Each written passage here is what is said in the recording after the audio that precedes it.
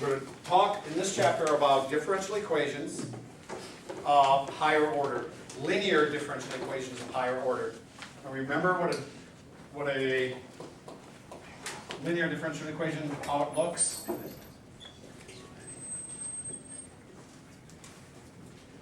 Linear differential equations of higher order than 1. This first few chapters pretty much dealt with differential equations of order 1. We had one case where we had a differential. Is this on? Yeah. I'm yelling. Now it's on. Oh, it's batteries. Up to this point, we talked about differential equations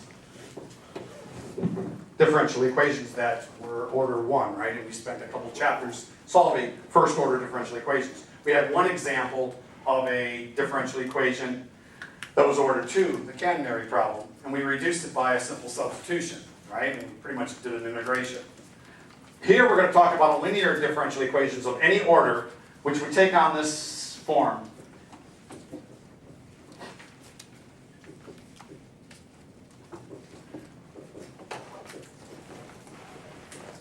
This is the form of a nth differential equation.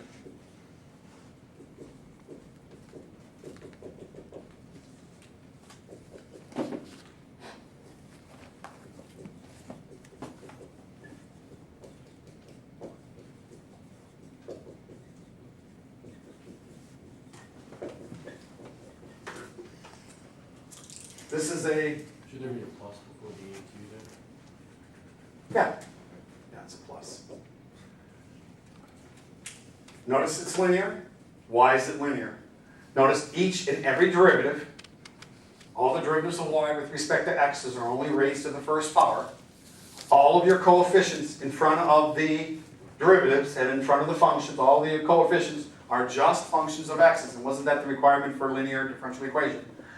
In chapters 1, 2, and parts of 3, we dealt with that linear differential equation. All our linear differential equations up to date was this baby right here. a1x dy dx plus a0x y equaling f of x. We are now going to expand it into second order, third order, fourth order, really up to nth order.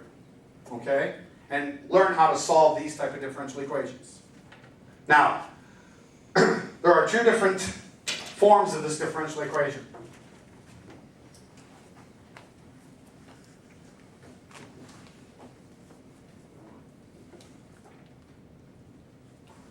If I have a linear differential equation and it's set equal to 0, in other words, this function off the end here is 0, we actually call that linear differential equation a homogeneous differential equation.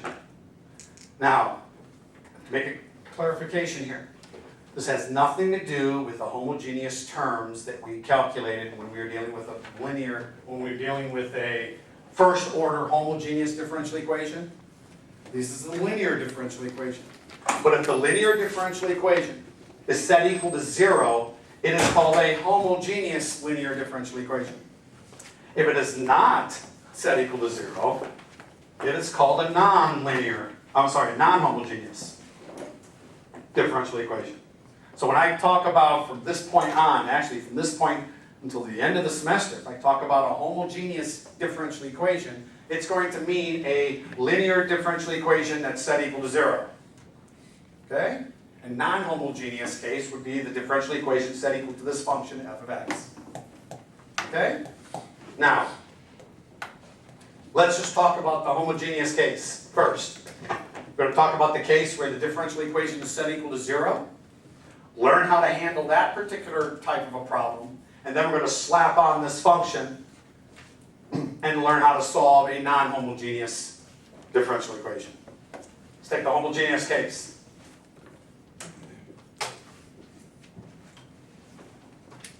Let's say I had a differential equation. And for the argument of the lecture, let me just take a second order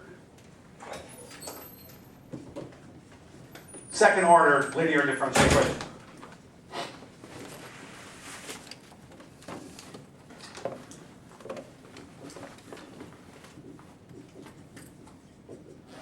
There's the homogeneous case for a second order differential equation. Now let's talk about some of the solutions that we have in this differential equation. If we're dealing with a second order differential equation, first of all, how many solutions do you think this differential equation will have? How many integration constants do you think it will have? 2 integration constants, right? So I suspect that this particular solution will be in this type of a form.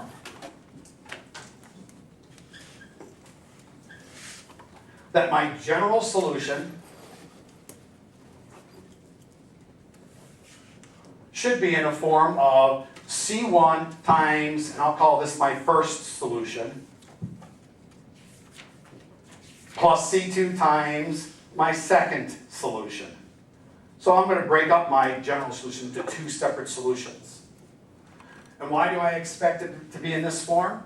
Because I know for a second order differential equation, second derivative, you're going to have to integrate twice to get out of that second derivative. And each time you integrate, you're going to get a constant of integration. This constant of integration, for example, came from the first integration. This comes from the second. So you're going to be able to write the general solution to this differential equation as C1 y1 plus C2 y2, where you have 2 solutions added together to give you the general solution. All right? If I had a differential equation of order 3, well then how many individual solutions do you think you're going to have? 3. You're going to have a C1 y1 plus C2 y2 plus C3 y3, and so forth. If this was only a differential equation of order 1, you'd have just 1 solution, general solution, like what we had in the previous chapters. Now let's look at these solutions. Are there certain requirements for a particular solution to be actually a solution of a differential equation? Well, sure. If I took, let's assume that this y1 was a solution to the differential equation, to the homogeneous linear differential equation, HLDE. Take the homogeneous case. Well, if this is a solution, if y1 is a solution to this homogeneous differential equation, then if I took y1 and plugged it into here, it should give me 0, right? It's a solution. So if I did this, if I said a2, I'll just use this, y double prime of 1 plus a1 y prime of 1 plus a0 y1, that should all equal 0, shouldn't it? Does everybody understand? What if I took this solution and did this? Is this a solution? Would this, if I took a known solution and just multiplied it by a constant, do you think that this would work in here? Should. If I put a C1 in here, took the second derivative of it, all this would actually do, because this differential equation is a linear differential equation, all this would do is add a C here, and factor out the C, you'll just have C times this quantity. And if this quantity originally was 0, C times 0 will still give you 0. So I can take any solution, multiply it by a constant, and still have a solution. Does everybody understand that? What if I said this? What if, for a particular differential equation, I had y1 being one solution, my first solution, and let's say y2 was my second solution. That means if I took y1, plugged it in like I did here, it would equal 0. If I took y2, plugged it into here, worked it out, it would also be 0, right? It would solve this differential equation, be a solution. What do you think about the sum of y1 plus y2? Yeah. This, because it's linear, if I plug a y1 plus y2, then I'll have this a2 times the derivative of this, which is, I can separate them. The derivative of all of this is just the derivative of this plus the derivative of this, right? And if you plug this into this differential equation, you're going to get this expression. A2 y2 double prime plus A1 y2 double prime plus A0 y2 plus, you'll get that quantity, plus A2 y1 double prime plus A1 y1 prime plus A0 y1 equaling 0. Well, isn't this a solution of the differential equation? Isn't this a solution? So this would be 0, this would be 0, and you'd have 0 equaling 0. So if you have individual solutions, the sum of them would also be a solution to this differential equation. And that's called superposition of solutions. You're superimposing one solution on top of another, creating just a new solution. Notice, even back here, well actually let me develop this one step further. What if I did this? If y1 was my first solution, and y2 was my second solution, and I did this, c1y1 and c2y2. Well, didn't we say that if you multiply the solution by a constant, it's still a solution to that differential equation? So I took a solution, multiplied it by a constant, this is still a solution of the differential equation. Took another solution, multiplied by another constant, that's still a solution. And then if I added these two up, should that be a solution? Is this a solution to the differential equation? It sure is, because that's exactly the type of general solution that we're looking for. Where y1 and y2 are two individual solutions. I take a scalar multiple of each solution, which still gives me individual solutions to the differential equation, and by superimposing them, they will still give me a solution to the differential equation. As a matter of fact, it will be the general solution to the differential equation. Now, one thing you have to keep in mind with these two solutions. Solution y1 and y2 cannot depend on each other. They have to be what we call linearly independent. And what does that mean? Mathematically, what that means is that one of these solutions cannot be written in terms of the other. You cannot write them as a linear combination of each other, and I'll explain that in a moment in more detail. But in effect, what this is saying is that if you want two solutions to pretty much cover all possible solutions of this homogeneous differential equation, then these two solutions have to be completely independent from each other. Pretty much, one cannot be written in terms of the other. For example, let's say I had a differential equation. I'm just going to give you an example of a case. Let's say I had this differential equation. It's a linear differential equation of order 2. Notice the derivatives in the function are all raised to the first power. Coefficients in front, in this case, it's constant coefficients, so they're a function of x. And it's equal to 0, so it's a homogeneous linear differential equation of order 2. Right? Now, let's say I wanted to look for the solutions to this differential equation. If I look for the solutions, and just by inspection, although we're going to learn techniques of how to actually get the solutions, by inspection, can any of you look at that and say, what function can I take the second derivative of, then minus the original function, and get me 0? Sine? Sine, derivative of sine is cosine, derivative of cosine is negative sine. You have negative sine minus sine. Nope, that's not going to do it. Hyperbolic, e to the x. How about just simply e to the x? You're right, the hyperbolics would work. Right? Hyperbolic sine, take the derivative, it's hyperbolic cosine, take another derivative, you got the hyperbolic sine. Hyperbolic sine minus hyperbolic sine is 0. You're right, hyperbolic sine would be one possible choice. But I can easily say e to the x. I was hoping for an easier one, e to the x. E to the x, take the second derivative, e to the x. If y equals e to the x, let's say my first solution was e to the x. If I took the derivative, I get e to the x. Take the second derivative, I get e to the x. Plug them back into here, you'll get e to the x minus e to the x. Bingo, it works, doesn't it?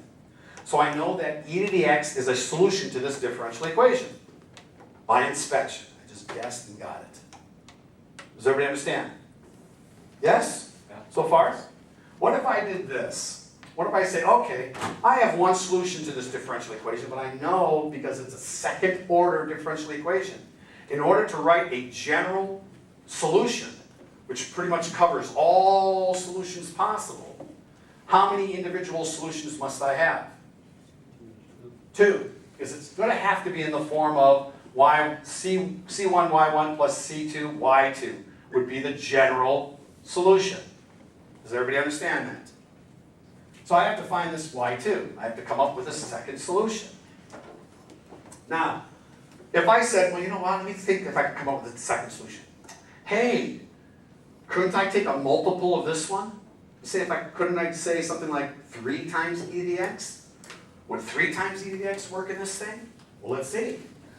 y2, it should, because I just showed you that if you took a solution, multiplied by a scalar multiple, you're just going to get another solution, aren't you?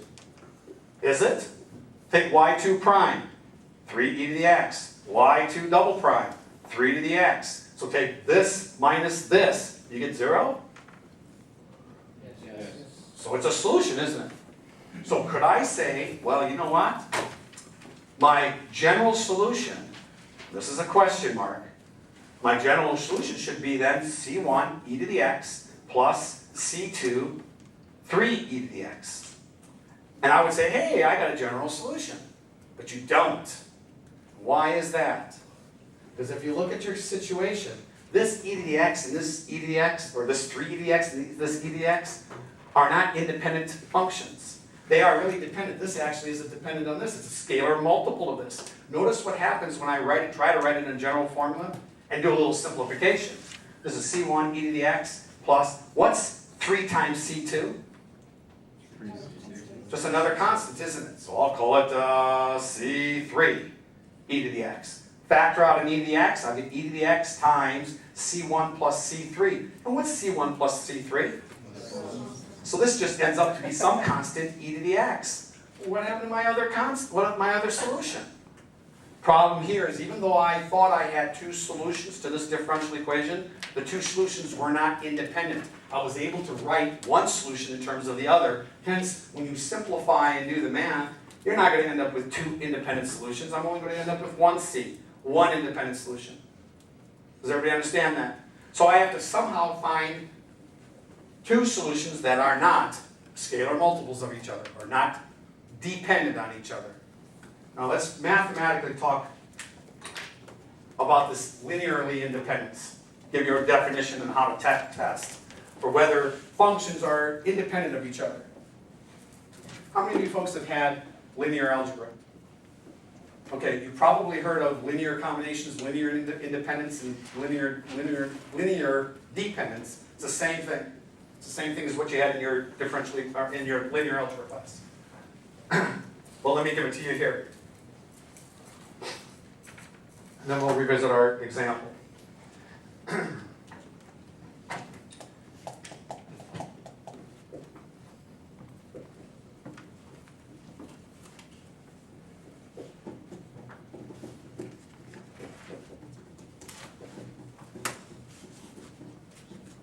Okay, linear independence and linear dependence. If you have solutions, let's say we have solutions or functions, f1, f2, f3, f4, and so forth. We have a set of functions. And I want to determine whether these functions are linearly independent of each other, or is this a linear independent set, or a linearly dependent set? If you're capable of writing this set as a linear combination of each other, for example, C1 F1 plus C2 F2 plus C3 F3 plus C4 F4 plus so forth and so on, and set it equal to 0. If you're capable of writing these functions in such a way where C1, C2, C3, C4 are constants, and they could be any constants. If you're capable of writing these functions as a linear means that they're all raised to the first power, it's a polynomial, linear combination of each other to, in a sense, to wipe out this expression, then these functions are a linear dependent set. If, though, the only way to get this expression to equal 0 is to have C1 equaling C2 equaling C3 equaling C4 and so forth equaling 0. In other words, if the only way that you can write these functions as a linear combination, like so, is by having the constant, and having it equal to 0, is by having these constants all 0. In other words, there was no way of doing it with any constant other than 0. Then you would say the set is a linear independent set. Let me give you an example.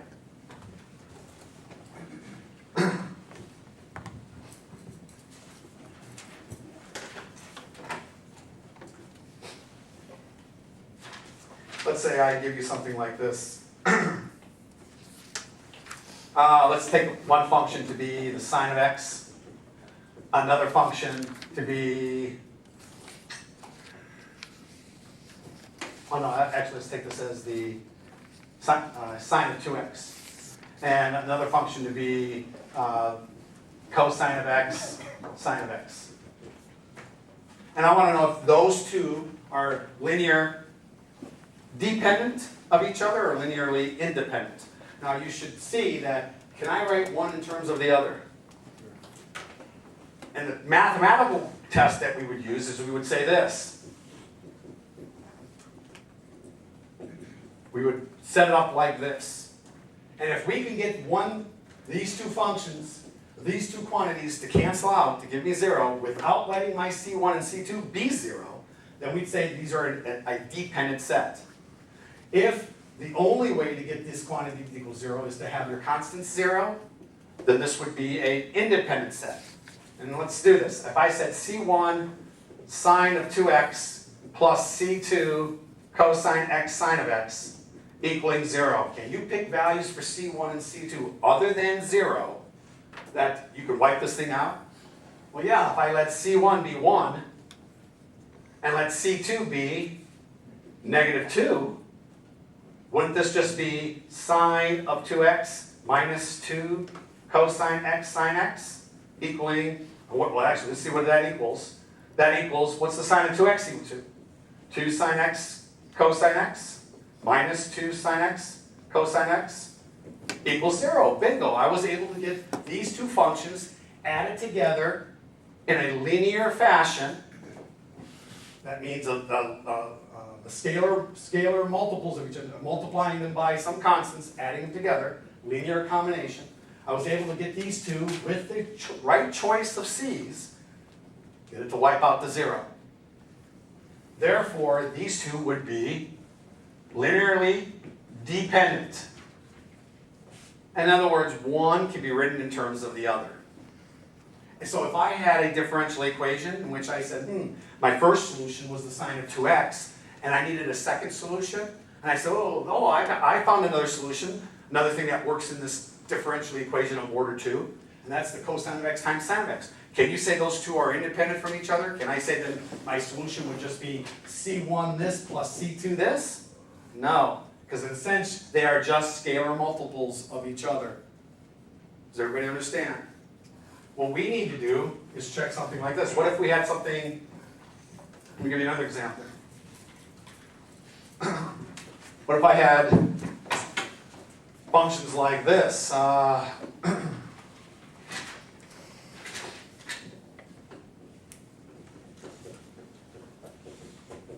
are my three functions.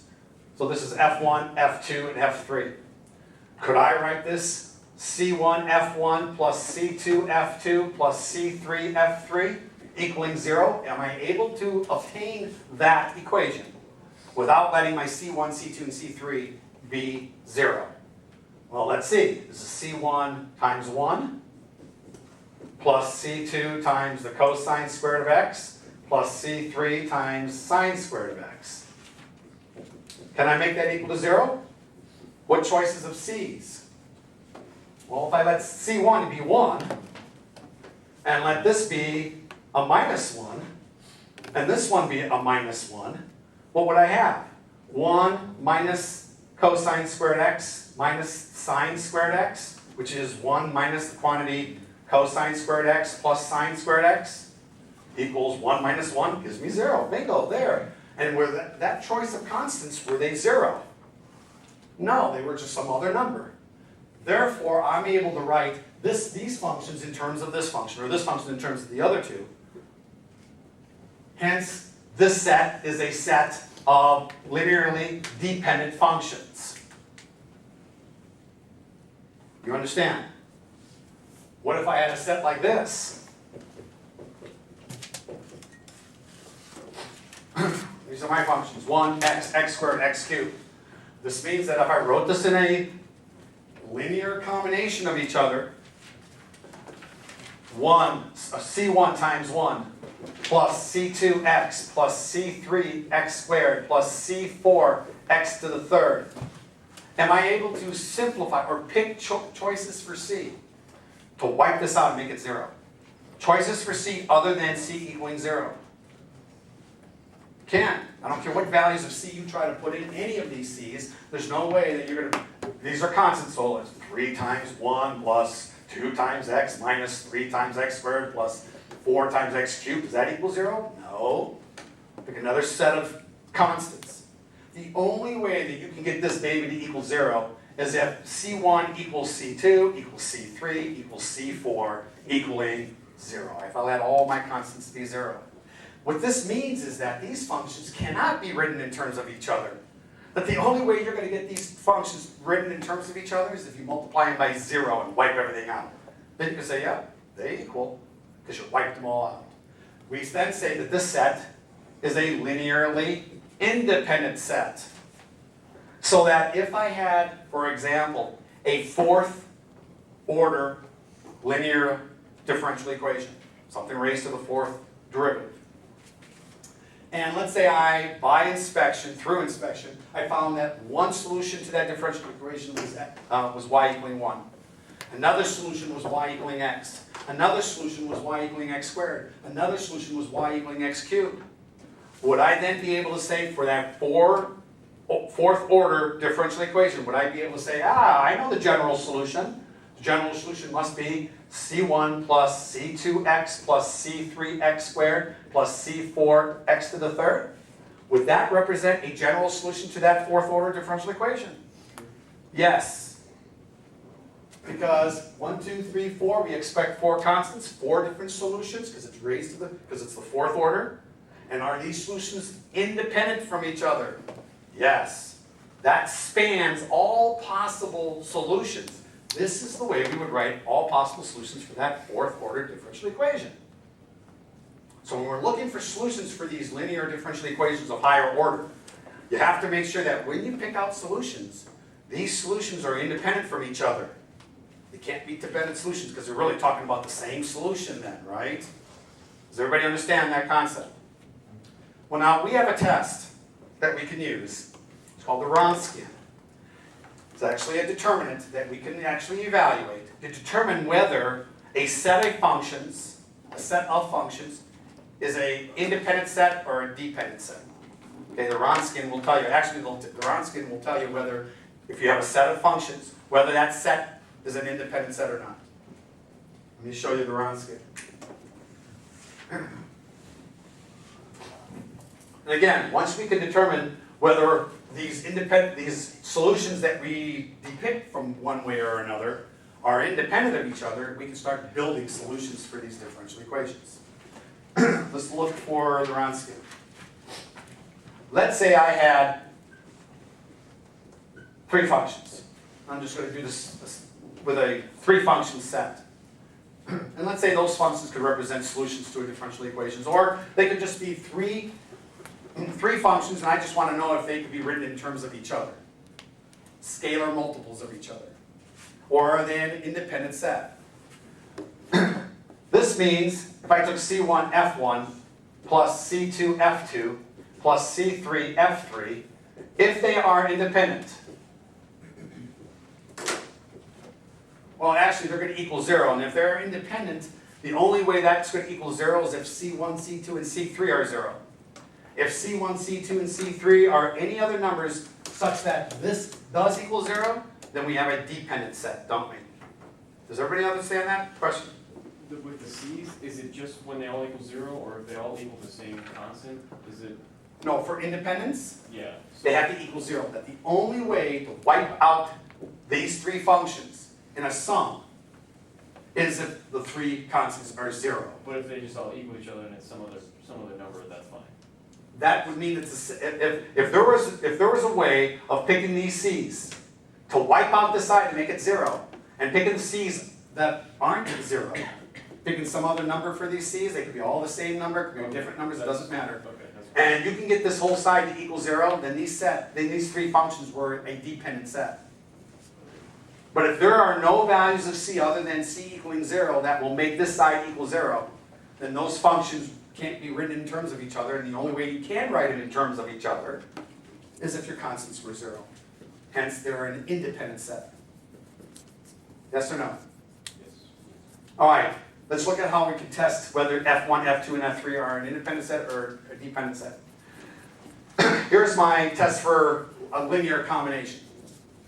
If I take the derivatives, let's take the derivative of all these functions, and remember C1, C2, and C3 are just constants. So if I take the derivative of this whole thing, which is C1 F prime 1 plus C2 F prime 2 plus C3 F prime 3, that should equal 0, correct? Let's take a derivative again. Let's take a second derivative.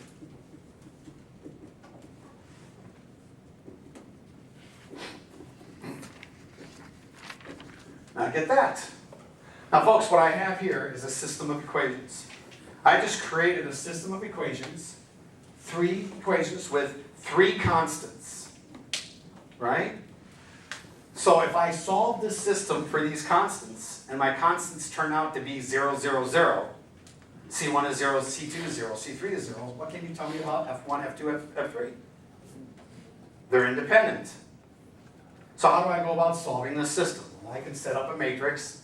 I can say, all right, let's write this as F1, F2, F3, F prime 1, F prime 2, F prime 3, F double prime 1, F double prime 2, F double prime 3, times the column vector C1, C2, C3 has to give me this 0, 0, 0.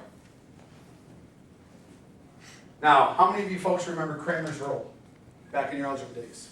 1, good. No? Yes? Because we're going to use Kramer's rule a couple of times in this semester, so I want to make sure you understand Kramer's rule.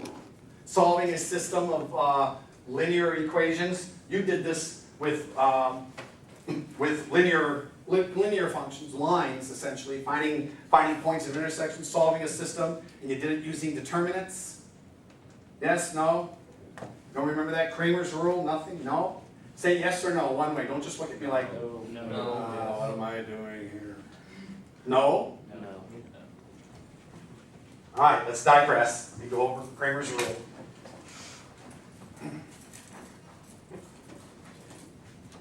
Folks, if you were given a system of equations, let's just take something like 3x plus 2y plus 1z equaling 5, x plus y plus z equaling 2, x plus 2y minus 4z equaling 7. You have a system, 3 equations, 3 unknowns, x, y, and z, right? You can set this up as 3, 2, 1, 1, 1, 1, 1, 2, negative 4, times x, y, z equaling 5, 2, 7. You can set it up in a matrix form where, notice how this would work. 3 times x plus 2 times y plus 1 times z equals 5. 1 times x plus 1 times y plus 1 times z equals 2. 1 times x plus 2 times y minus 4 times z equals 7. Are you all familiar with that? Yes. And then to solve for x, or y, or z, if I wanted to solve for x, I can set this up in a determinant over a determinant. The bottom determinant will be just this array of numbers. It will be your coefficients on this side of the body. So you would have 3, 2, 1, 1, 1, 1, 1, 2, negative 4. But to find the x value, what you would do is you would take this determinant, this bottom array, and this first column is your x column. See, these are the coefficients on the x. This is your y, this is your x, this is your y, and this is your z. You would take your x column and replace the x column with 5, 2, 7. Ring a bell? Yes. So I would go like this. 5, 2, 7, 2, 1, 2, 1, 1, negative 4.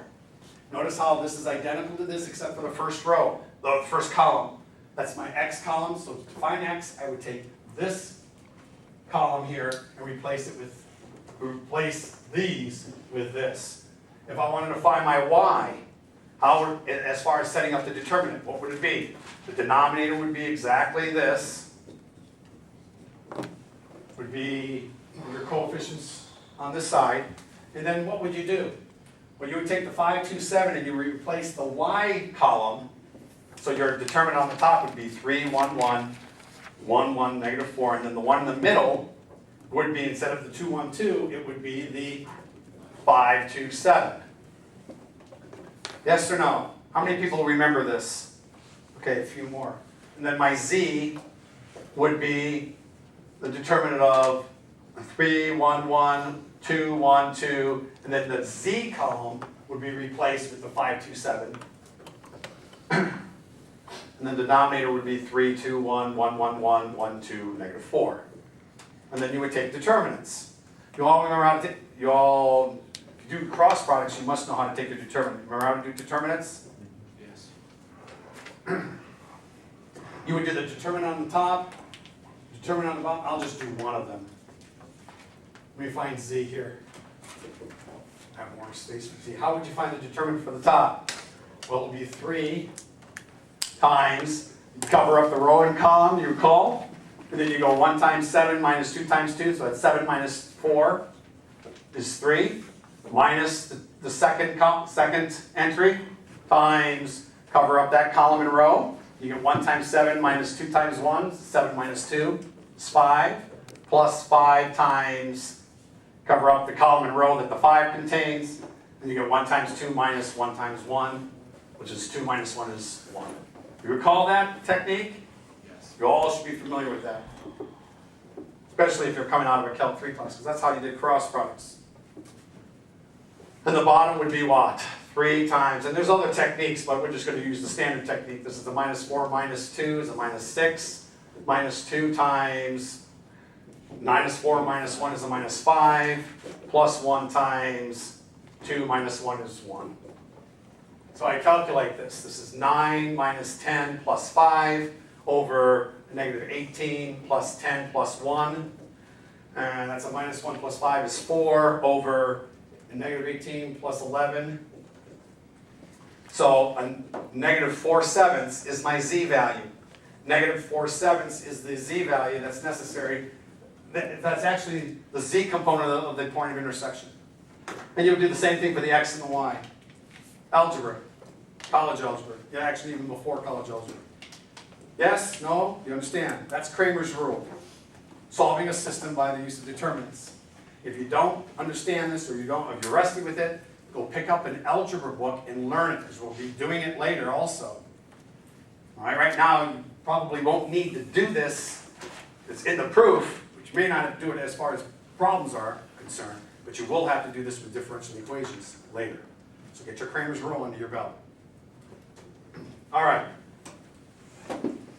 Let's solve this system, our original system here, by the use of Kramer's rule.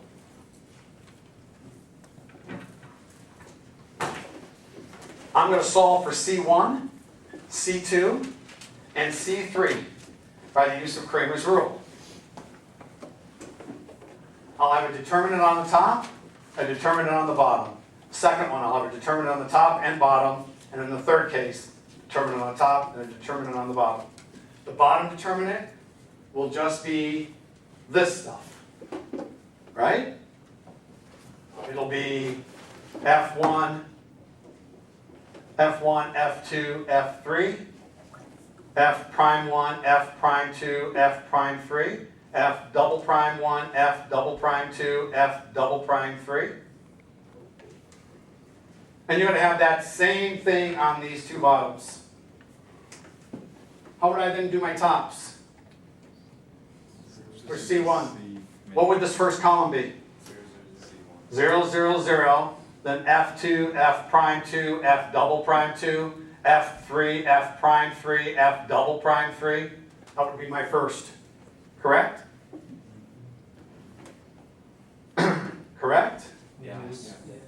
And then the second one, this would be F1, F prime 1, F double prime 1, and then you'd have your zeros in the middle here, and some more stuff there, and then over here you'd have your zeros down over here, wouldn't you?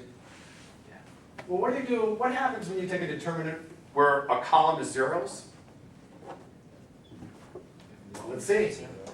0 times this stuff is 0, minus this times 0 and 0. That's another 0. Then this times 0, 0. You get 0 for the determinant. Anytime you have a row or a column of zeros in a determinant, you're going to get the determinant to equal 0.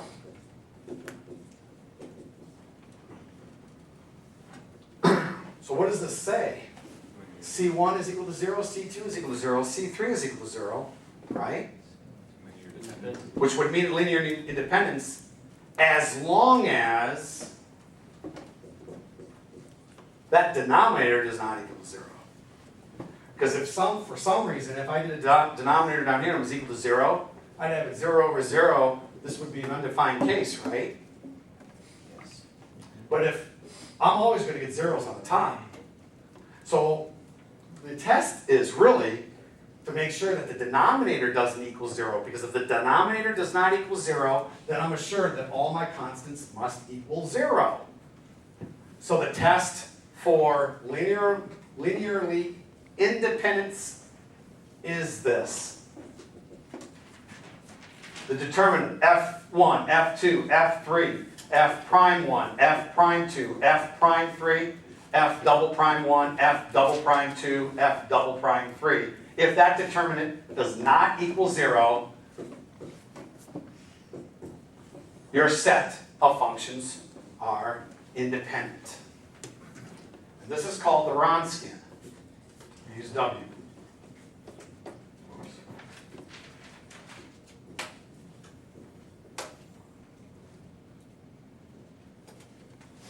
I think there's an I in there.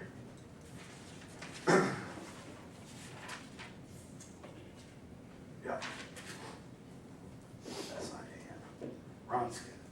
Wronskian, this W, what it is you set up your functions, you take derivatives, that's your second row, you take the second derivatives, that'll be your third row. Now if I had, for example, 4 functions that I wanted to test, whether they were linearly independent, then you would have 4 functions up here.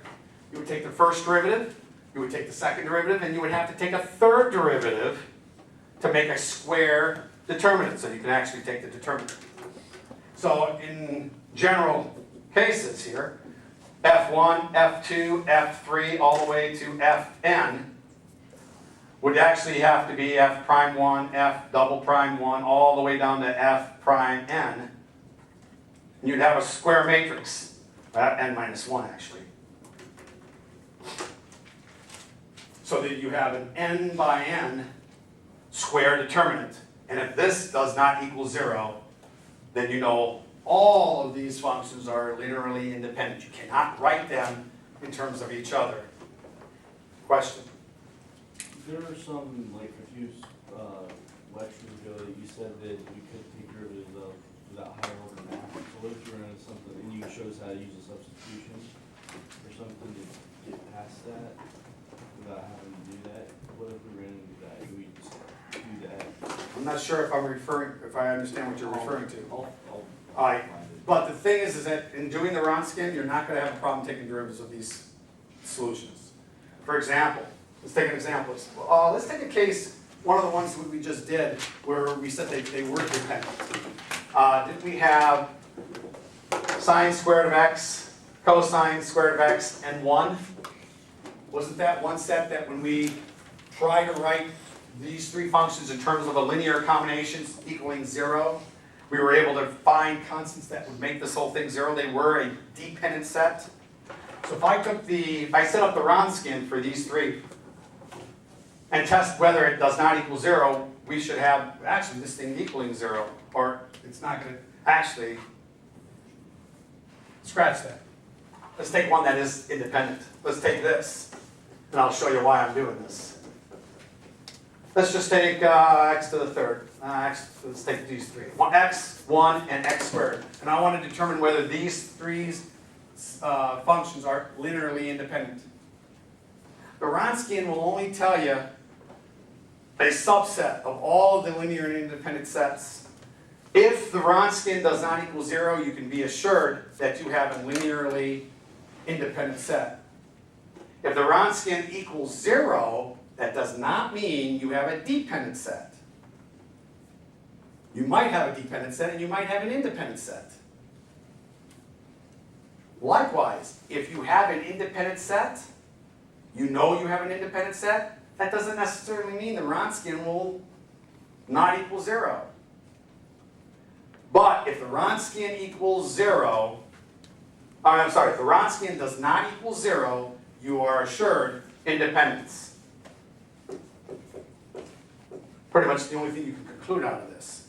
Not the other way around, because this is a subset of all the linear independence. In other words, you have all of the linear independent sets out there.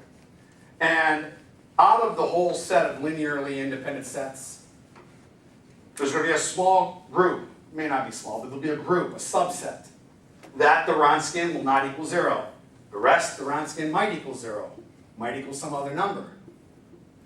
Okay? But they're still linearly independent. But all of the sets whose Wronskian does not equal 0 are in the set of linearly independent sets. Did I clear that up at all? Not by the looks on your face. Say it again. Actually, I'll write it out for you. Let's first test this to see if this is linearly independent. Then I'll clear it up.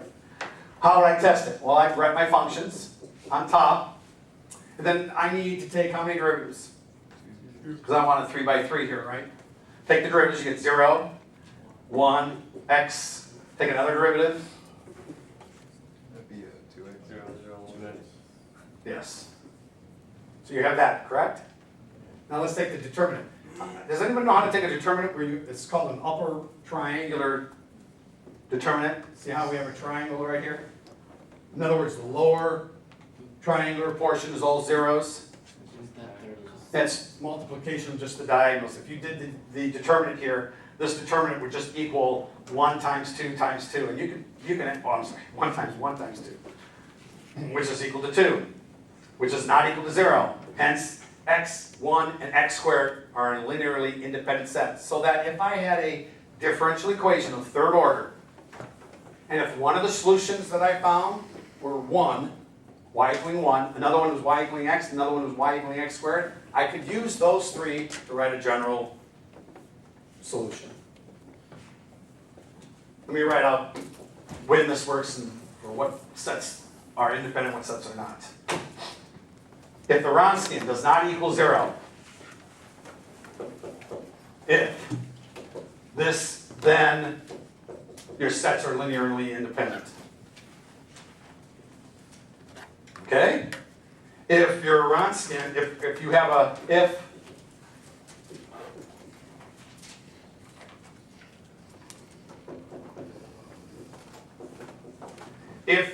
you have a linearly dependent set, then the Wronskian will equal 0. If the Wronskian equals 0, that does not mean you have a linearly dependent set. It's not always linearly independent.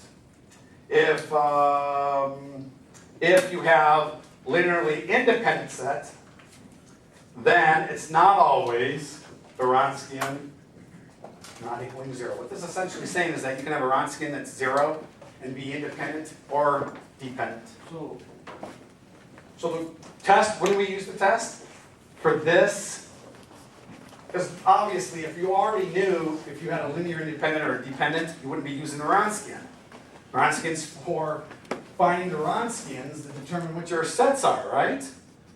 That's what the Wronskian's used for. So you're never going to have a situation like this or like this And when it's equal to 0, that does not mean it's linearly dependent. So really, the only thing that the Wronskian is going to help you with is that if the Wronskian does not equal 0, you can conclude linearly independence. Don't conclude anything else when the Wronskian does not equal 0.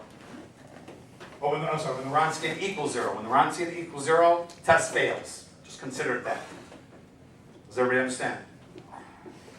Okay, let's try another case. Let's try another problem. So is there a test for linear dependence? No. Matter of fact, do we want linearly dependence? Don't. No, because if we found a set to be linearly dependent, it's useless. It's not what we want for a solution for a differential equation. Now, and again, you can find whether a set is linearly dependent by seeing if you can write it as a linear combination of each other. But we're looking for independent sets, because those are the solutions to differential equations. Okay? Let's say we had a case where we had a third order differential equation, and we found that one of the solutions was e to the x, the second solution was e to the 2x, and the third solution was e to the 3x. And now, I would love if those were the three solutions and this was to a y triple prime, a3 y triple prime plus a2 y double prime plus a1 y prime plus a0 y equaling 0. Remember, this is all homogeneous case now. I haven't even talked about the non-homogeneous case. I have this differential equation. I found that, hey, e to the x works in that baby. Oh, I also found that e to the 2x works in that baby. And e to the 3x works in that baby. Well, is that enough to write a set? Can I say, well, then the solution to this thing, because I know, because it's the third order, has to have three constants, three solutions that make up the general solution. Can I write this as y equaling c1 e to the x plus c2 e to the 2x plus c3 e to the 3x? You can only do that if you can't write e to the x, e to the 2x, e to the 3x in terms of each other. Because if you could, then you'll reduce it and have less than three constants. Because you'll be combining constants. Yes? All right, how are we going to test it? We can do the Wronskian on this. Let's set up the Wronskian for these three functions.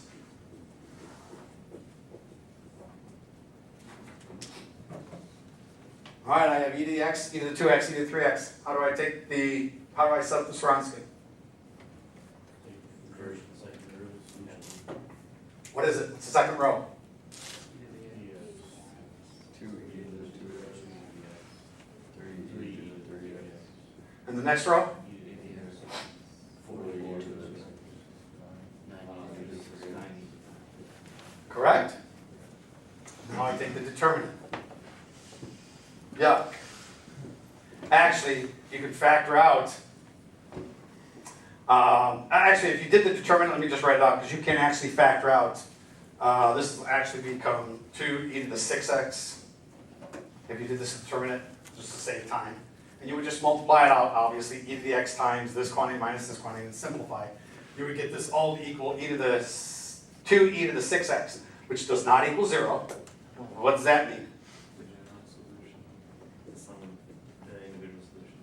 Is the general solution, yeah. The linear combination of this set of solutions is the general solution.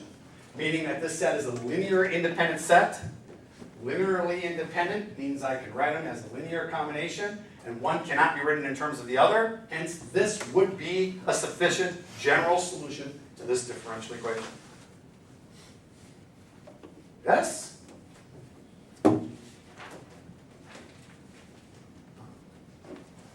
Yes? Yes. Okay. Let's look at the one other case. What if I had a differential equation like this?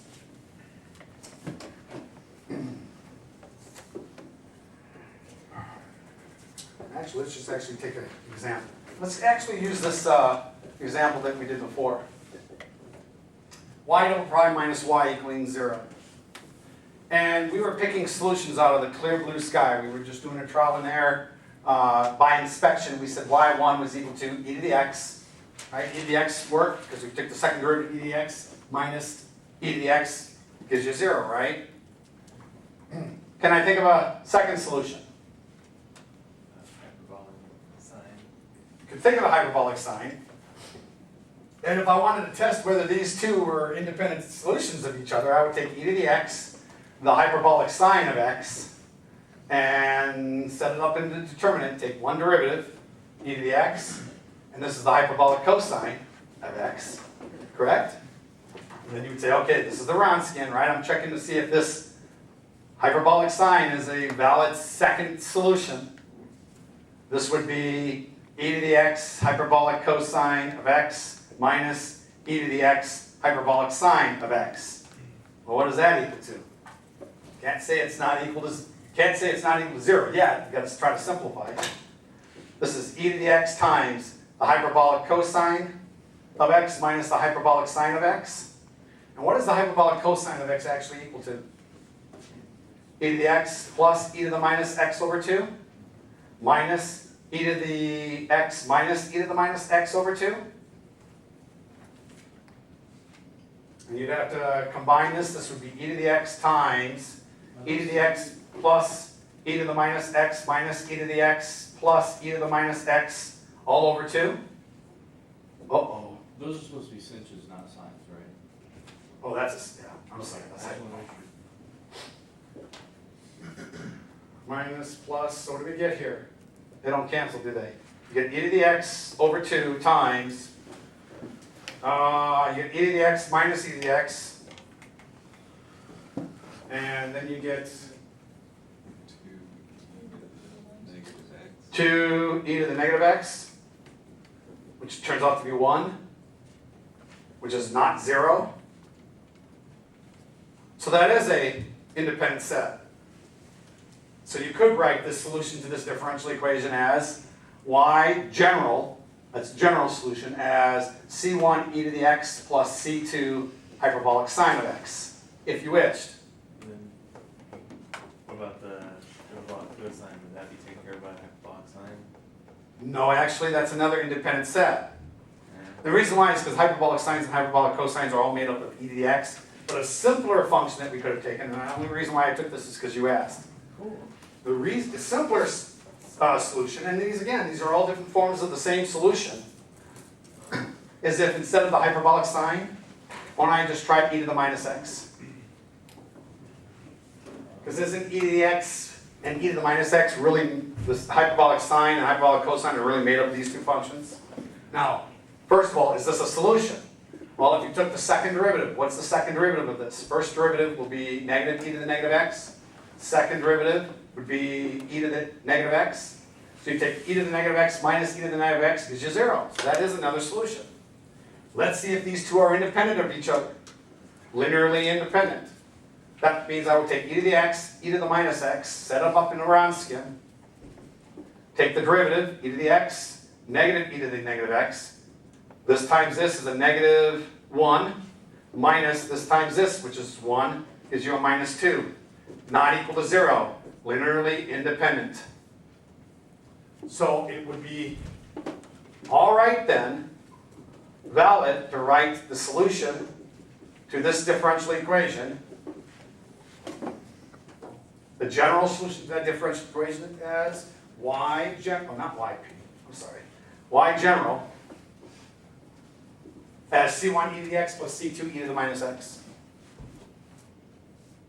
Okay? Does everybody understand how these solutions are put together? Now remember, everything that we've talked about really only pertains to a homogeneous linear differential equation. A differential equation that's set equal to 0. So everything we're doing is just for those types of differential equations, ones that are set equal to 0. We have not even talked about ones that are not set equal to 0 yet.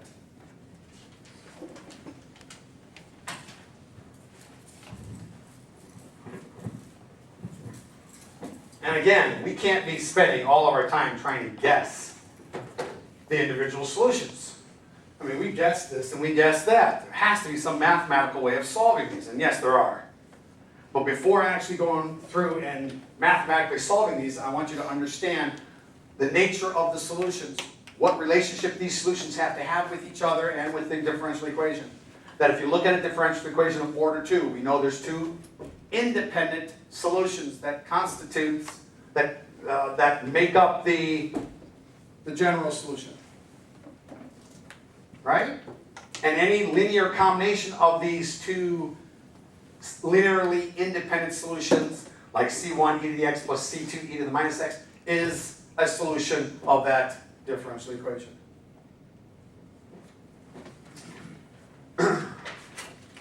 Okay, let's take the case, we're talking about non-homogeneous linear differential equations. So that's non-homogeneous linear differential equations. And again, that's a differential equation in the form of an yn plus an minus 1 y to the n minus 1. And remember, these are derivatives.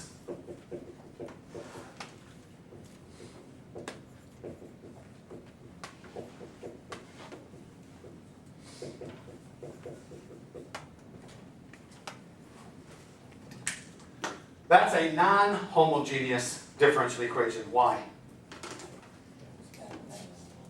Because it's not equal to 0. It's equal to f of x. Okay? Remember, the homogeneous aspect has a completely different meaning in this case. This is a non-homogeneous differential equation. Now, folks, unfortunately, finding solutions for these type of differential equations are harder than finding differential equations of the homogeneous case. Let's say that we found a solution out of the clear. We picked a certain number that would work in here, certain function that would work. Let's say y equaling y1, such that if I take y1 and I plug it in there and I get the solution. Give you an example. Let's take something like this: y double prime equaling 4. Now that's a second order, non-homogeneous, because it's equal to 4. It's real simple, but it's a second order, non-homogeneous linear differential equation. And let's say I want to solve this. Well, can I think of a function that will work in this non-linear case? 2x squared, take the derivative, you get 4x, take the second derivative, you get 4. So I can say one solution to this is 2x squared. And we call that a particular solution. Notice there's no c's involved in this. It's not a general solution, it's a particular solution. That this particular solution is one that works in this case. This is y particular. And in general, you just take the derivative of both sides twice, right? Or the 1 second. integral of both sides. 1 second. For this particular one, yeah. That's a particular solution. All right? Now, that's if I had an equation, or if I had a solution that if I plugged it into the non-homogeneous case, and this side equaled f of x, this would then be considered the particular solution. Is that the only solution that will work for this thing? Well, let's actually take this problem and do what you suggested. Let's just integrate out. If I take one integral of this, what's the integral of the second derivative? First derivative, and that'll equal 4x plus some constant, I'll call C1. And if I integrate out again, I'll get y equaling, here's my 4x squared over 2, which is 2x squared plus C1x plus C2. Well, look at all this other stuff I get. Now, we picked this portion of the solution out, didn't we? This is my y particular. But there's another portion to the general solution. This is actually the general solution. Now, why is it the general solution? Because I see my C1, C2. See, this is a family of solutions, isn't it? Here's the family of solutions, but then there's this actual entity hanging off the end of it. This is called the particular solution, and let's check where that solution comes from. Let's take this y double prime, and let's take the homogeneous case of y double prime equaling 4. What would the homogeneous case of this y double prime equaling 4? What would it be? what? Y double prime equaling 0. In other words, this would be the homogeneous case of this non-homogeneous differential equation. Y double prime equaling 4, well, if I just let it equal to 0, this is a homogeneous differential equation of order 2. Let's solve this homogeneous case. And we'll do it by exactly what you said, integrate out twice. If I integrate out twice, what do I get? First integral, you get y prime equaling a constant, c1, and then y equaling c1x plus c2. Well, look, isn't that exactly what we have over here? Yeah. Well, this portion of our total general solution, even though it comes out when we double integrate a non-homogeneous case, this really comes from the solutions to the homogeneous problem. This is the general solution to the homogeneous case. And we give that a special name. Complementary solution. This part of the solution that has the C's in it is the general solution to the homogeneous case, which we consider the complementary solution to the non-homogeneous differential equation. So that the non-homogeneous differential equation actually has a general solution of two parts.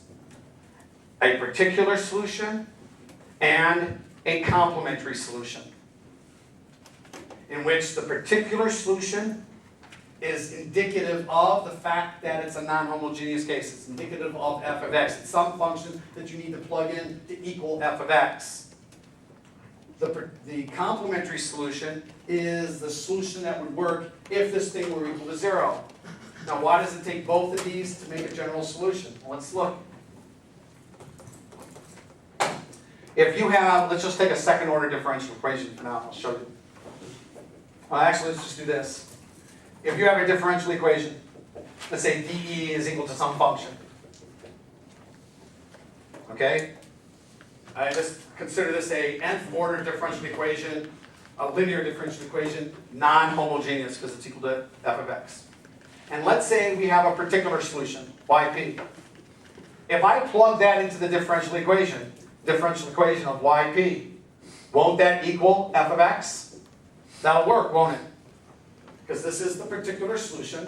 Just like over here, if I plug 2x squared into this, you'll get that side equaling the non-homogeneous case, equaling this function f of x.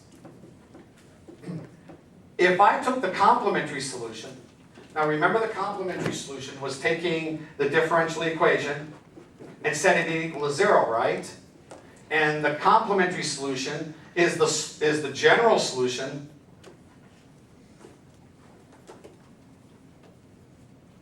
to the homogeneous case. So if you had a homogeneous differential equation and you solved it, that would be considered the general solution. But it's considered the complementary solution to the non-homogeneous case.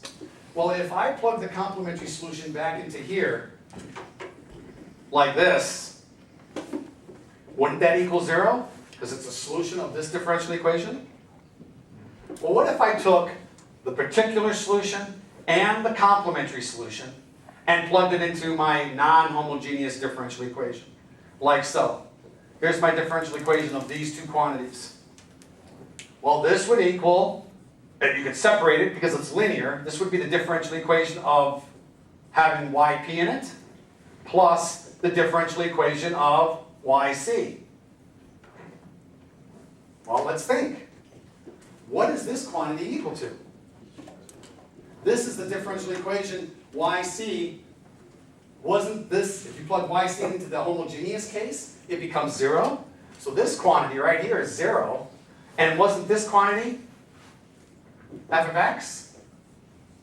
Therefore, if you add the particular and the complementary solution to the and add those two and put those in the differential, a non-homogeneous differential equation, it will actually come out to be still the solution of that non-homogeneous differential equation. Think of the particular part wiping out the 0 as you force it through the differential equation. So the only thing that's left is the particular part. The complementary part wipes out. The particular part actually solves the differential equation. But to have a general differential equation, the most possible, it would be this family of curves. Let's take another example. So for a non-homogeneous case, you will always have a particular solution and a complementary solution that you have to add in order to get the total general solution to a non-homogeneous differential equation.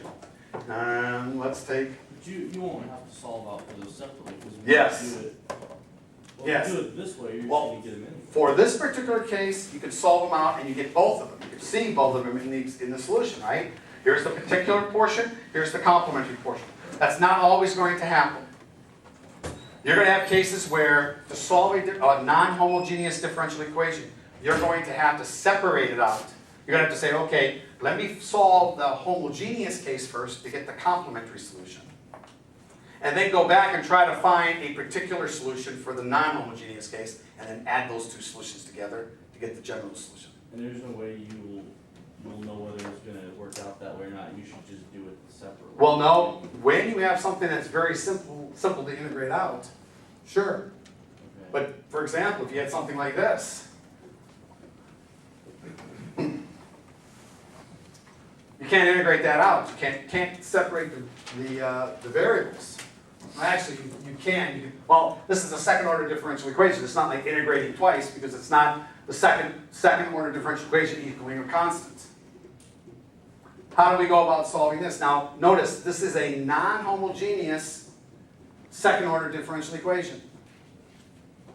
This solution, the general solution, will have a particular part and a complementary part, in which that complementary part is what's going to have all of our C's in it. That's going to come from, where does that complementary part come from? The homogeneous case. This comes from the homogeneous case. This one will come from the non-homogeneous case. And if you add them together, it'll still work for the non-homogeneous case. Well, if I pick a particular solution of just 3, and again, we're just doing this by inspection for now, but I'm trying to get you to have an idea of how these solutions will work. If you plug a 3 into here, what's the second derivative of 3? And then 3 times 9? 27 equals 27. So this does work as one particular solution. So we call that YP. Does everybody understand? How do I come about finding a general solution? How would you find a complementary? That would be this. Taking the homogeneous case of this non-homogeneous equation, here's the homogeneous case, and then try to come up with solutions for this. How many solutions do I have to come up for this? 2.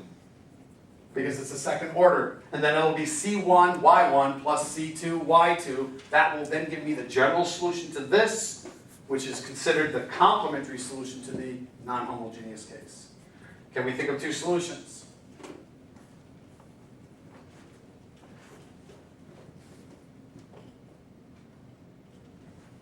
E to the 3x? If you take e to the 3x, let's try it. What's the first derivative? 3e to the 3x. And the second derivative? 9e to the 3x. You take 9e to the 3x plus 9e to the 3x. It's not 0. Close, though. E to the negative 3x? Try negative. This would be negative, negative. And this would be positive, negative. And you'd have still the same situation.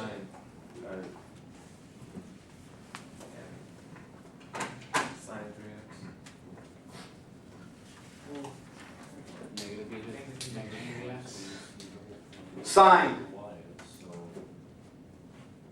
What about, what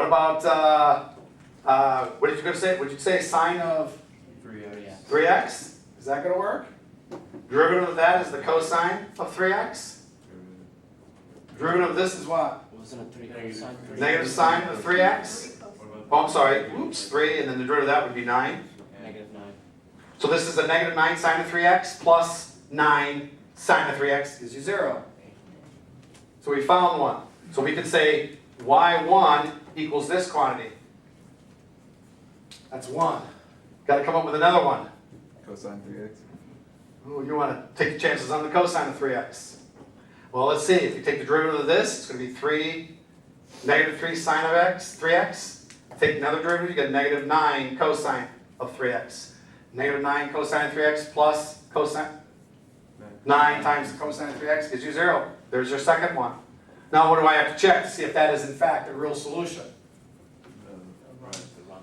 Wronskian, you got to check if they're linearly independent. So let's go off over here and say, all right, let's check to see if I've popped out 2 good answers. I'm going to say this is the sine of 3x and cosine of 3x. Set it up. Derivative of this. Negative 3 cosine 3x. Derivative of the sine, cosine.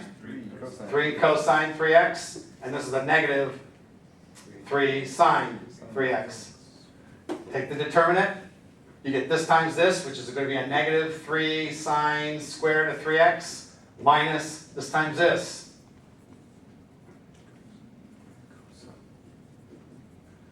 What does that equal? Factoring out a negative 3, you get the sine squared of 3x plus cosine squared of 3x. It's looking good, folks. Negative 3, which does not equal 0, meaning happy face. Linearly independent. These are linearly independent sets. So I can write, for my homogeneous case, y complementary. Now remember, the general solution to the homogeneous differential equation is the complementary solution to the non-homogeneous case. So the complementary solution then could be written as C1 sine of 3x plus C2 cosine of 3x. And then how would I write my total solution? My general solution, yp plus yc, which is going to be yp, which is 3, plus c1 sine of 3x, plus c2 cosine 3x. That is then the general solution to that differential equation.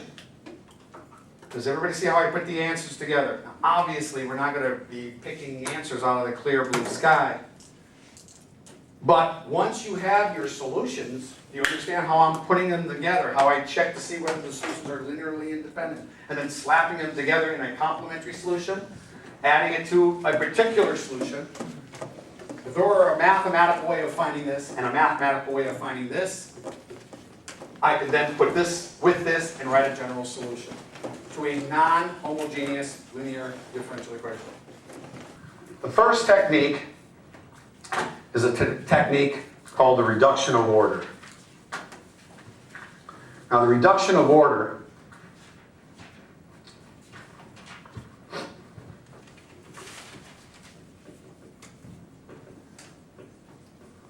is a mathematical process that allows me to take a differential equation of any order and reduce the order by 1. So for example, if I started with a differential equation of order 3 and run it through this reduction of order process, I will end up with a differential equation of order 2. Does everybody understand? Now for this class, all we're going to be doing is taking linear differential equations of order 2 and reducing them down to a linear differential equation of order 1, which you all know how to already solve. Right? That's chapter 1. First week of class or something, somewhere in there, So right? is this something you can only do once? Is this something you can't No, do actually you can reduce it over and over and over again if you want to spend the rest of your life doing that. It's complex. It actually, as you reduce one to the next, to the next, to the next, it's fine, you can do that. You'll have a whole mess of back substituting to do, but for right now, we're going to use reduction of order one time, all right? So this allows, let me give you some of the benefits here. One, it reduces the differential equation by order of 1.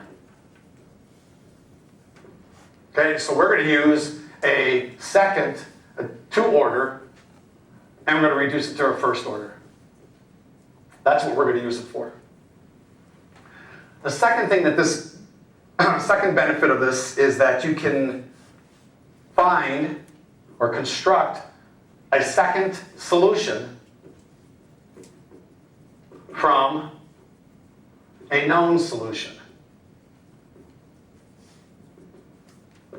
And this is important because let's say I knew one solution, one portion maybe of the complementary solution. This reduction of order will allow me to find, actually what it will allow me to do, it will allow me to find the whole darn solution from a part of the solution. That's one of the drawbacks of reduction of order. You need a portion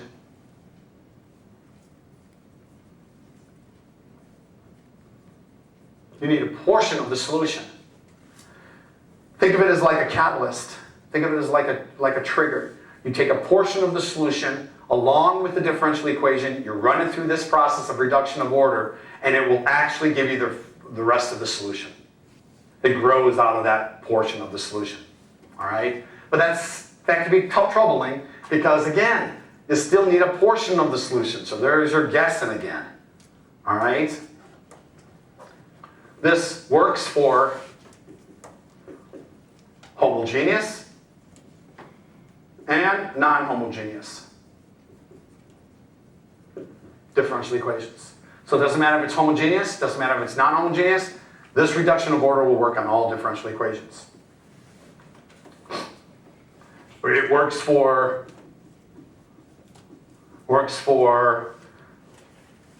linear differential equations of constant coefficients or variable coefficients. In other words, if you have a differential equation where the coefficients are all functions of x, right, that's a linear differential equation, one of the requirements for a linear differential equation. Reduction of order will work for those. If your coefficients are just constants, it'll work for that. It opens up quite a bit of opportunities.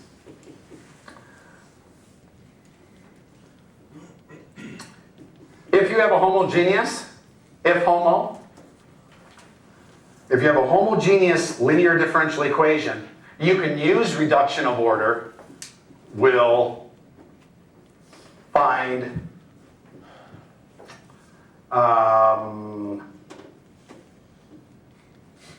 I already have that down. I'm going to change number 2. We'll find second solution from a known solution. And I'm going to change this. We'll find general.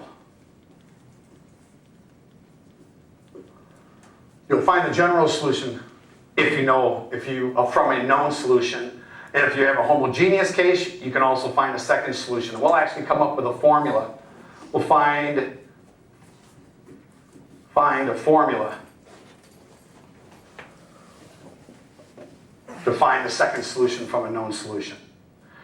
We'll do all this with reduction of order. Now let's look at the process. Let's say, and I'm going to do this for a second order differential equation because that's all we're going to be dealing with, reduction of order in this class. Let's say we have a linear differential equation of this, in this form. Y double prime plus some function of x, we're going to call it p of x, y prime, plus some other function of x, q of x, y, equaling r of x. This is a non-linear, a non-homogeneous linear differential equation, correct? Right? And let's say I know this is a non-homogeneous linear differential equation. And let's say I have a corresponding homogeneous differential equation, which would be y double prime plus pxy prime plus qxy equaling 0, correct? Now, remember the solution to this non-homogeneous differential equation will be in the form of this. Y complementary plus y particular, correct? And I can get that y complementary from the homogeneous case. Let's say I was able to depict a portion of this complementary solution. Don't even need it all. Remember, this complementary solution, won't this complementary solution for this particular case be like this?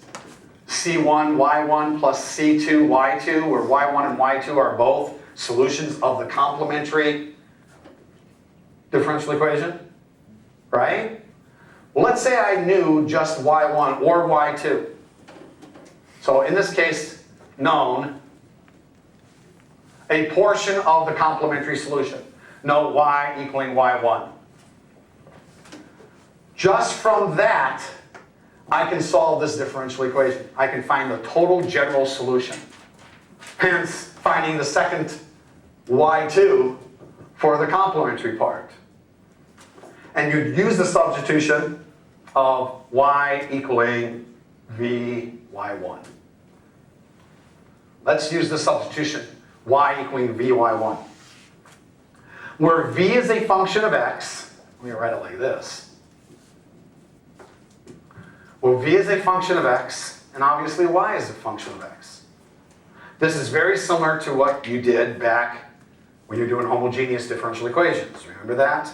You use the substitution similar to this, right? Pretty much the same process. I am now going to take this, with this substitution, V being some function X, I'm going to take this and run it through this differential equation. In the process of running this through this differential equation, it will reduce this second order differential equation into a first order.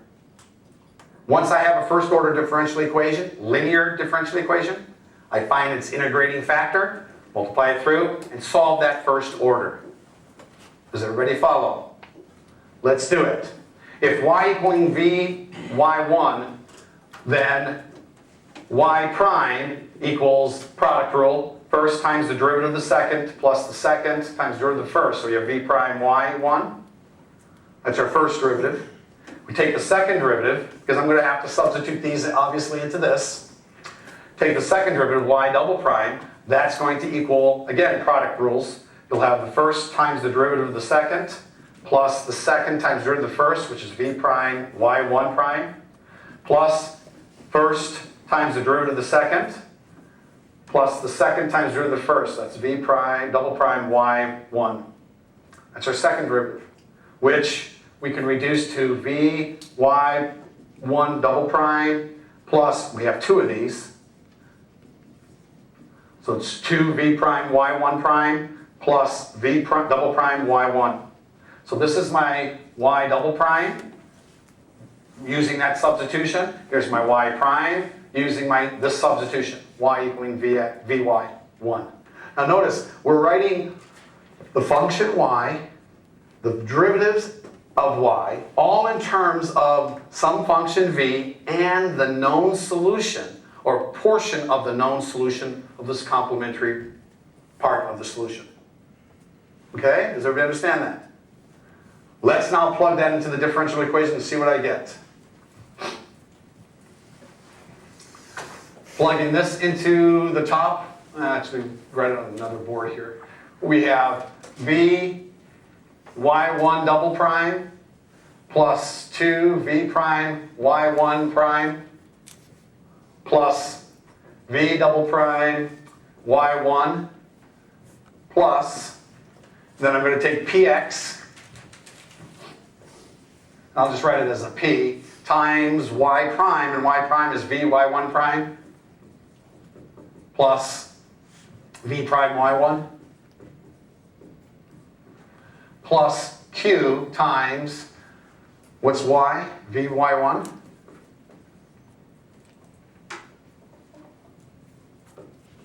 equaling R. Does everybody follow?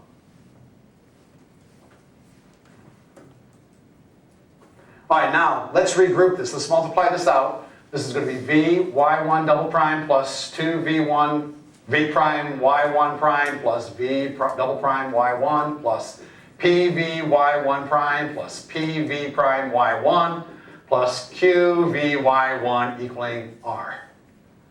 And now let's group the V double primes together, the V primes together, and the V's together. In other words, let's write this differential equation in order of, in terms of v, rather than in the order of y's. So this would be, where's my v double prime? Here's my v double prime. So I'm going to write this as v double prime y1. Then my v primes. I have 2v prime y1 prime and this one. Right? So this would be plus 2v prime y1 prime plus pv prime y1. That takes care of these two terms. And then now I have my v terms, which will be this one, and this one. So I'll write it as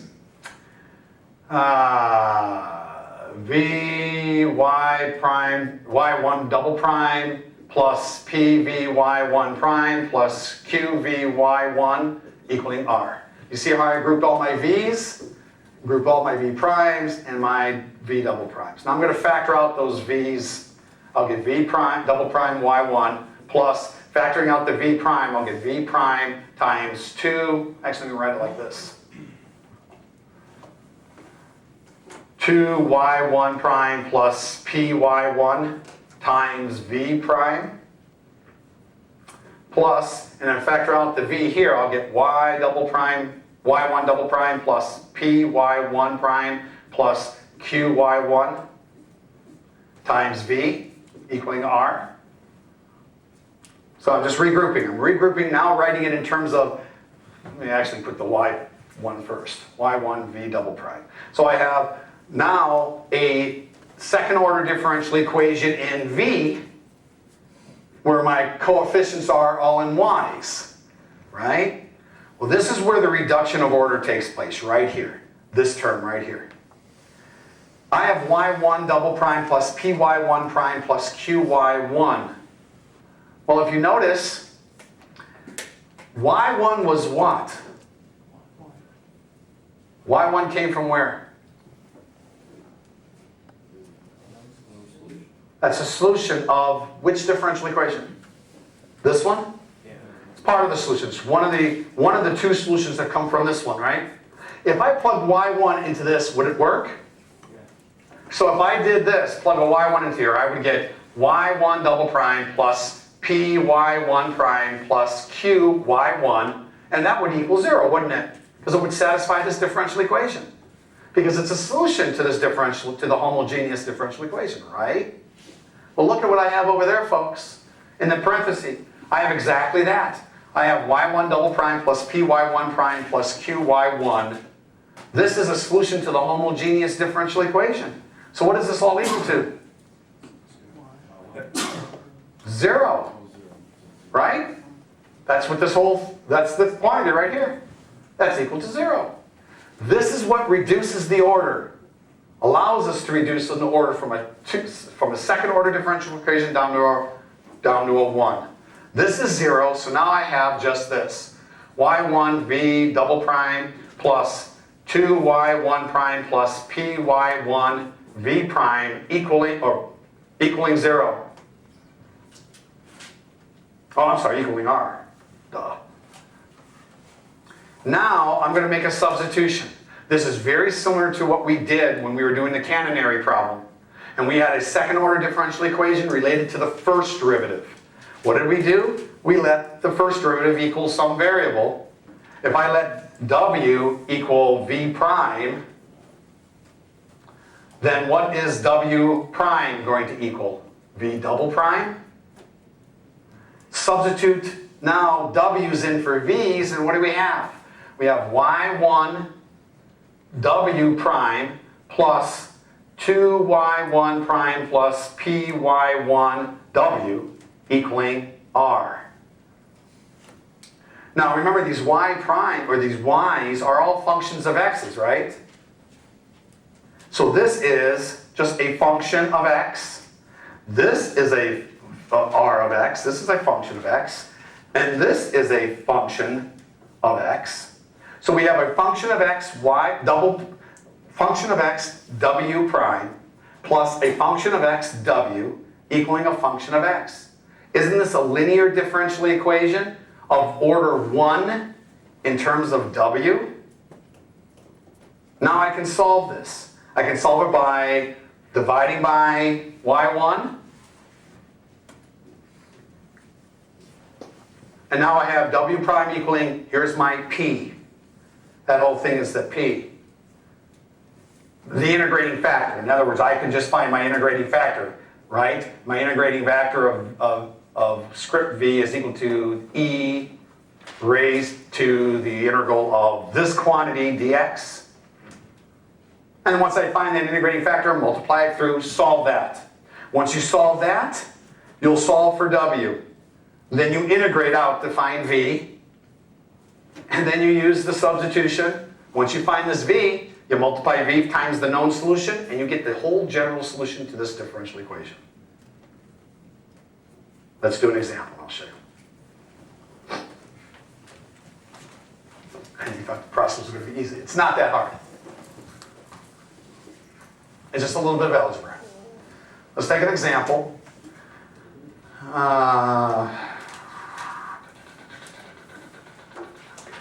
Let's solve this one by reduction of order.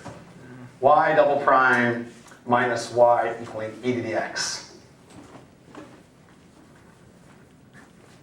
Okay? Notice it's a second order, non-homogeneous differential equation. If we looked at this, that's the homogeneous case, right? Can you pick, now we know there's two solutions. The general, we talked about this one before, that the general solution to this homogeneous case is y equaling c1 something plus c2 something. Two solutions. All I need is one of those two. Can you think of, don't you talk about any hyperbolic stuff yet. Although you can use that. What's one of the solutions to this thing? E to the x. If I take e to the x, double derivative it, take the second derivative of it, you get e to the x minus e to the x gives you 0. It works. So I'm going to let y1 be e to the x. I know that's going to be part of this total solution. So to find the total solution, I'm going to let y, the general solution, be v times e to the x, where v is a function of x. Now all I have to do is find that v, and I'm going to find that v through reduction of order. Does everybody understand the substitution? Now let's go through it. I got to get a substitution for the y double prime and for the y, turning y's and x's into v's and x's. This is kind of like the substitution we did before with the unit. That's right. It's very similar to, well actually it's almost identical to what you were doing, at least the algebra is identical to what you were doing with the homogeneous case. Homogeneous first order differential equations, when you let the substitution be similar to this. Only here, we are picking a portion of the complementary solution. All right, let's take the derivative here. Y prime equals first times the derivative of the second, plus the second times the derivative of the first. So you have that. Take the second derivative. First times the derivative of the second, plus the second times the derivative of the first, so you have v prime e to the x, plus v prime e to the x, plus v double prime e to the x. This can be simplified as v e to the x plus 2v prime e to the x plus v double prime e to the x. There's now an expression for my second derivative, first derivative, and the function. Plug it back into the original. So what's y double prime equal to? v e to the x plus 2v prime e to the x plus v double prime e to the x minus y, which is v e to the x, equals e to the x. So that's y double prime. This whole thing right here is y double prime. This thing right here is y. So we have y double prime minus y equaling e to the x. Oh, okay. Now let's simplify. I have v e to the x minus v e to the x. We have some cancellation. You will always have cancellation because without that cancellation, you're stuck.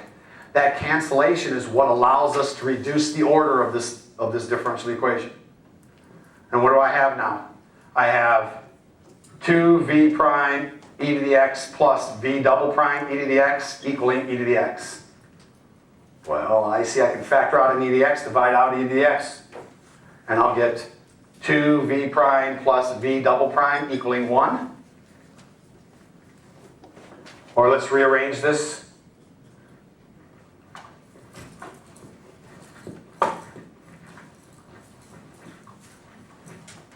Let's rearrange this to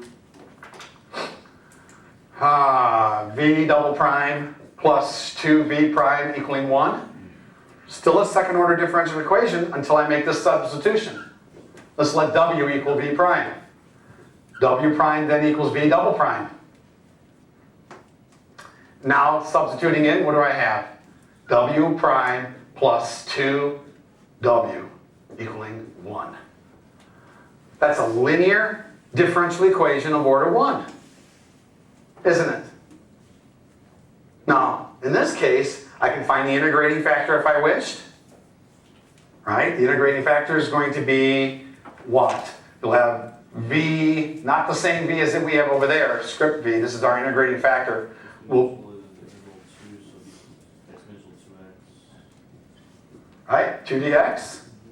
So this would just be e raised to the 2x. And then that's what we would multiply straight through to get a, right? Does everybody understand that? That'll be e to the 2x, w prime plus 2 e to the 2x, w equaling e to the 2x.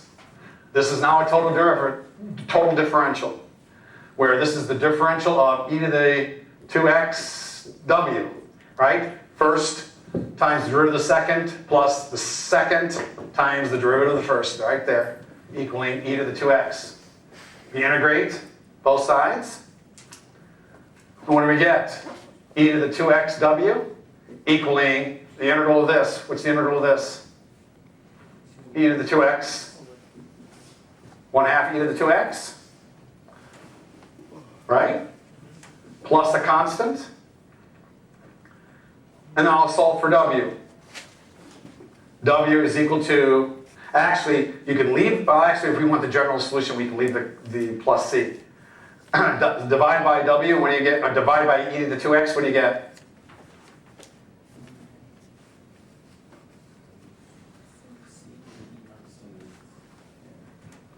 We'll call this c1. Does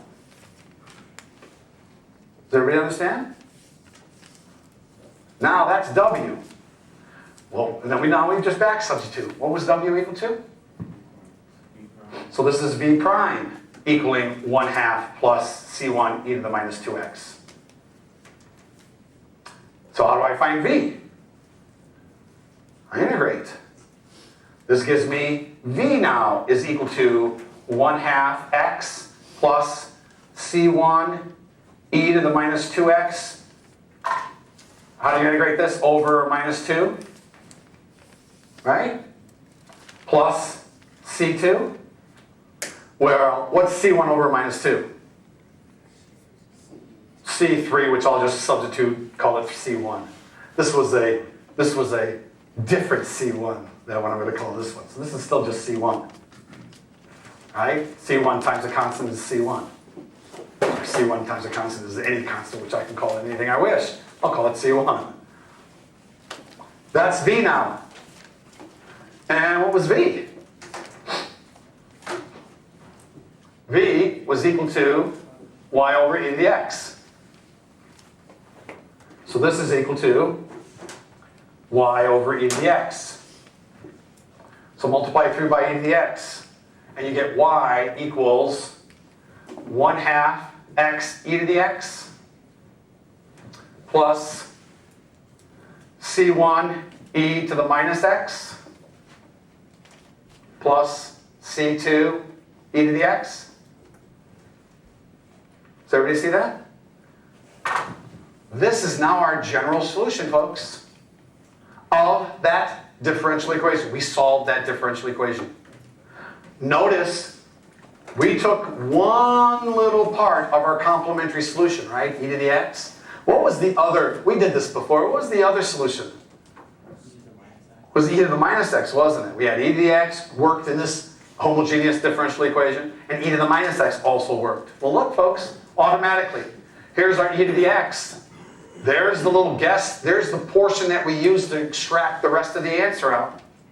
And here's the other notice this together is y complementary, right? Equaling C1, Y1 plus C2, Y2. And look at, we also got our particular solution out of this. Our particular solution was 1/2 x e to the x. That's yp. So what did this process allow me to do? But just with the catalyst, just with this ignition, the ignition of just this one small portion of our complementary solution. And I can take as much of the complementary solution as I wished. If I had, for example, a real high order differential equation and the complementary solution was like 7 terms long, I can take 3 of the terms. I can take 5 of the terms. I can also take the whole complementary solution if I wanted, or I can just take 1 of the terms. Doesn't matter. As long as you have a portion of the solution, running it through this process will generate, will actually generate everything, the whole darn solution. Particular and the rest of the complementary. Does everybody understand the process? Yes? So when you have your solution, are you going to multiply by v all the time? Yes. In order to substitute into This, it's always the substitution. It'll always be y, the general solution will always be some function of x times the particular portion of the complementary solution you want to use. So you just use, okay, that makes sense. Now this only works, folks, if you're talking about a linear differential equation. It could be homogeneous, it could be non-homogeneous, but it has to be linear. And the reason is because this is really testing the process of linearity. Many of the things, for example, having terms canceling out and so forth, differential equation has to have the linear aspect of it. Linear aspect to it. Okay, let's extract something else out of this. Does everybody understand the process of reduction of order? Still a problem with this thing. I still needed a darn starter, don't I? Well, I'd love to have a case where I can just not have to think, not have to try to come up with any pieces, just start doing math and boom, answers will come out, right? Well, hold your horses. It's coming. But reduction of order is used quite often because finding the complementary solution to many differential equations isn't going to be that rough. And we'll have many different applications, or many different techniques to do so. It's the darn particular solution. Well, if I can get the complementary solution pretty readily, how would I extract the particular solution? Well, if I do a reduction of order, won't any piece of the complementary solution pull out the whole darn general solution, hence including the particular solution? So that's one nice thing about the reduction of order. It will, just with the aid of an easily attainable portion of the answer, I can get the rest, which may not be as easily attainable. So you don't necessarily always have to take it down to a first order as long as it's linear and you have that given solution. You'll have to reduce it to a first order linear differential equation in order to use the integrating factor aspect. So if you had an order differential equation of order 3 up there, we'd have to do that twice. Yeah, you'd have to do this process. So we always have to take it down for this reduction of order. We always have to take it down to the first order. To solve it, because that's how we know how to solve linear differential equations of order 1, by the integrating factor aspect. So whatever your linear differential equation of order whatever, you got to keep doing this reduction of order until you get it down to an order of 1. So then you can use an integrating factor. But you're not going to worry about that because you're only going to have a second order as far as this reduction of order process. Reduction of order, you're going to find you're going to use it for the last resort. Because it works for so many different differential equations, homogeneous, non-homogeneous. Many of these linear differential equations are simpler ways of solving. So you're always going to opt for the simpler way. But the ones that are a little tough to do, you're going to then use this reduction of order process.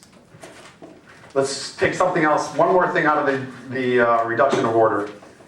Let's say we have a homogeneous reduction of order for a homogeneous linear differential equation. I can do a reduction of order on any linear differential equation, whether it be homogeneous or not. But one nice thing about a differential equation that's homogeneous, and I try to do reduction of order, is that I can actually come up with a formula that I, instead of having to do the reduction of order every time to find the general solution, I can find a simple formula, and that's what we're going to derive now, that will allow me to find the second solution, because if it's homogeneous, second order homogeneous, there are two solutions to it that make up the general solution, right? So if I have, for example, y double prime plus py prime plus qy equaling 0, how many parts of that solution do we have? This is a complementary, or the general solution will just be c1y1 plus c2y2. We only have two solutions that make up the the general solution of this homogeneous differential equation, right? I can come up with an equation, actually a formula, that if I knew one, I can instantly find the other. Instead of doing the reduction of order every single time when I want to get this whole general equation, for homogeneous cases, I can take the starter, the portion of the solution that I do know, and plug it into a simple formula, and bam, out comes this one. And then once you have these two, you can just put them as y equaling c1, this one, plus c2, that one, and you have the total solution. Saves you all the headache of going through reduction of order every time you want to solve a homogeneous second order linear differential equation. Let's work and develop this formula.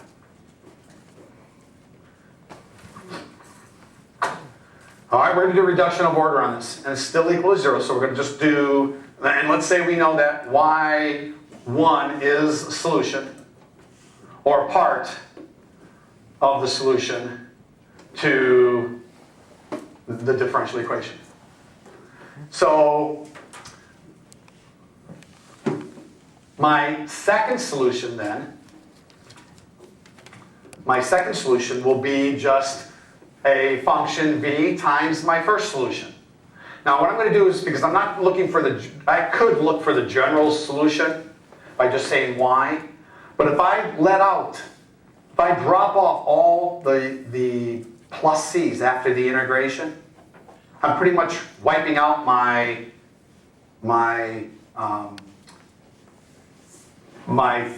constants, or wiping out the terms that have plus c's in it, and only get the second solution, y prime, or the y2.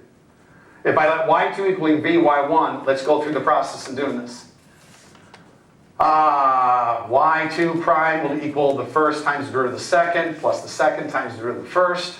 So we have that. And y2 double prime will equal the first times the derivative of the second, plus the second times the derivative of the first. You have v prime, y prime 1, plus product rule on this, you get v prime, y1 prime, plus v double prime, y1. Which again, if you reduce, this will be v, y1 double prime. You have two of these, you add them together, you get 2 v prime, y1 prime. Essentially the exact same thing as I just did in showing you the reduction of order. Only this time, we're going to find a formula. Let's plug that into here. I'll get, plugging for y double prime, I'll get v y1 double prime plus 2 v prime y1 prime plus v double prime y1 plus p times the first derivative, which is v y1 prime plus v prime y1, plus q times y, which is v y1, equaling 0. I'm going to go through the process of separating out, combining all the v double primes. I'll have y1, v double prime, and that's this term. And then where's my v primes? I have a v prime here, and I have a v prime here, right? So this will be plus, let's factor out those v primes, and what do I have? I'll have 2 y1 prime plus p y1 times v prime, right? I'm just combining these two terms. And then I have my v's, which will be this term, and this term, and this term. And I'll factor out the v, so I'll have y1 double prime plus py1 prime plus qy1 times v equaling 0. So I just rearrange the terms so that I can have v double prime, v prime, and v. What is the solution to this? 0, right? Because that is the solution to this differential, y1 is the solution to this differential equation. And that is y1 being plugged into that differential equation, which equals 0. So this is going to equal 0, and I will now have just y1 v double prime plus this quantity, 2y1 prime plus py1 v prime equaling 0. We make our substitution, letting w equal v prime, w prime equaling v double prime. Substitute it back in, and what do I have? I have y1 w prime plus 2y1 prime plus py1 w equaling 0. It's a linear differential equation of order 1. Matter of fact, this particular one is separable. Because I don't have an extra term over here, I can just subtract this on the other side. Let's get the y's with the y's and the x's with the x. Knowing that this is dw over dx.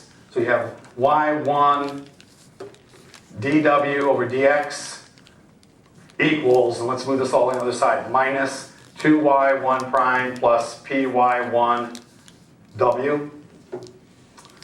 Move the y1 on this side, move the dx on this side, and then divide by the w on this side. You'll get dw over w equaling a minus, what quantity is that? That's 2y1 prime plus py1 over y1 dx. I separated the variables. Integrate, we integrate. This gives me the ln of w equaling, and again, I'm going to drop all plus c's, that way I can just get a particular solution, which would be y equaling c1, y1 plus c2, y2, which would be just that portion without the c's. If you kept the c's, you'll still find the same thing that I'm finding here. All right, let's integrate it. This would be the minus the integral of, and I'm breaking this up into 2. This will be 2y1 prime over y1 dx minus the integral of py1 over y1 dx, which these y1s cancel. And now remember what y prime 1 is. That's the derivative of y with respect to x, isn't it? So I could write this as this. Let's take out the 2, integral. This y1 prime is really the derivative of y1 with respect to x, dx over y1. Which, this is just a minus 2, the integral of dy1 over y1. This integral is just what? Minus 2 ln of y1. So what do we have so far? Let's go back over here and write our answers.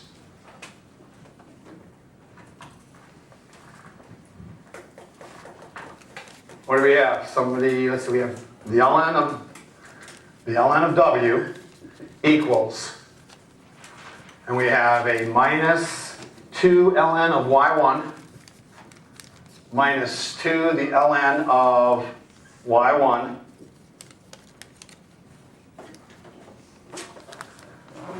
minus the integral of p dx minus the integral of p dx. All agree with that?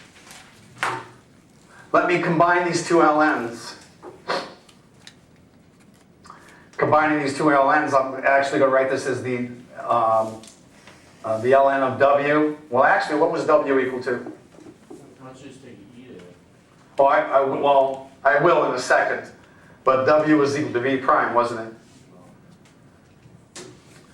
So we'll say the ln of v prime equals, or plus, bringing the 2 on the top, you get the ln of y1 squared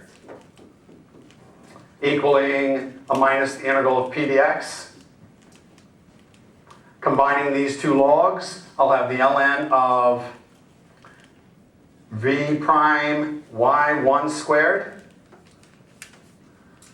equaling a minus the integral of p dx. I can now exponentiate both sides. And I will have, erase this. You'll have e raised to that, which is just going to be v prime y1 squared equaling e raised to the minus the integral of p dx. I can divide by the y squared, so you get v1 equaling e to the minus integral of p dx divided by y1 squared. I got to solve for v, so I have to integrate again, which is really just the process of what you would do if you were solving a differential equation by the use of reduction of order. I'm just doing it for a general case. So if I integrate that, this will be v. V now equals the integral of e to the minus integral of p dx over y1 squared dx. And then what was v equal to? y2 over y1? Isn't v equal to y2 over y1? So this is equal to y2 over y1. Multiply by y1, and we got our solution finally. We got what we're looking for. That y2 then equals y1 of x, the integral of e to the minus integral of p of x dx over y1 of x quantity squared. This is the formula that we would use to calculate the second solution to a homogeneous linear differential equation of order 2 if we know y1. So if you know this portion, you plug it into that formula, and out will come this second portion. Does everybody understand? Let's take an example of how to use this. Let's say I gave you, and again, you never have to worry about deriving it because it's already been derived for you. Let's say I was given this differential equation. I'll go over here. Where am I going to go?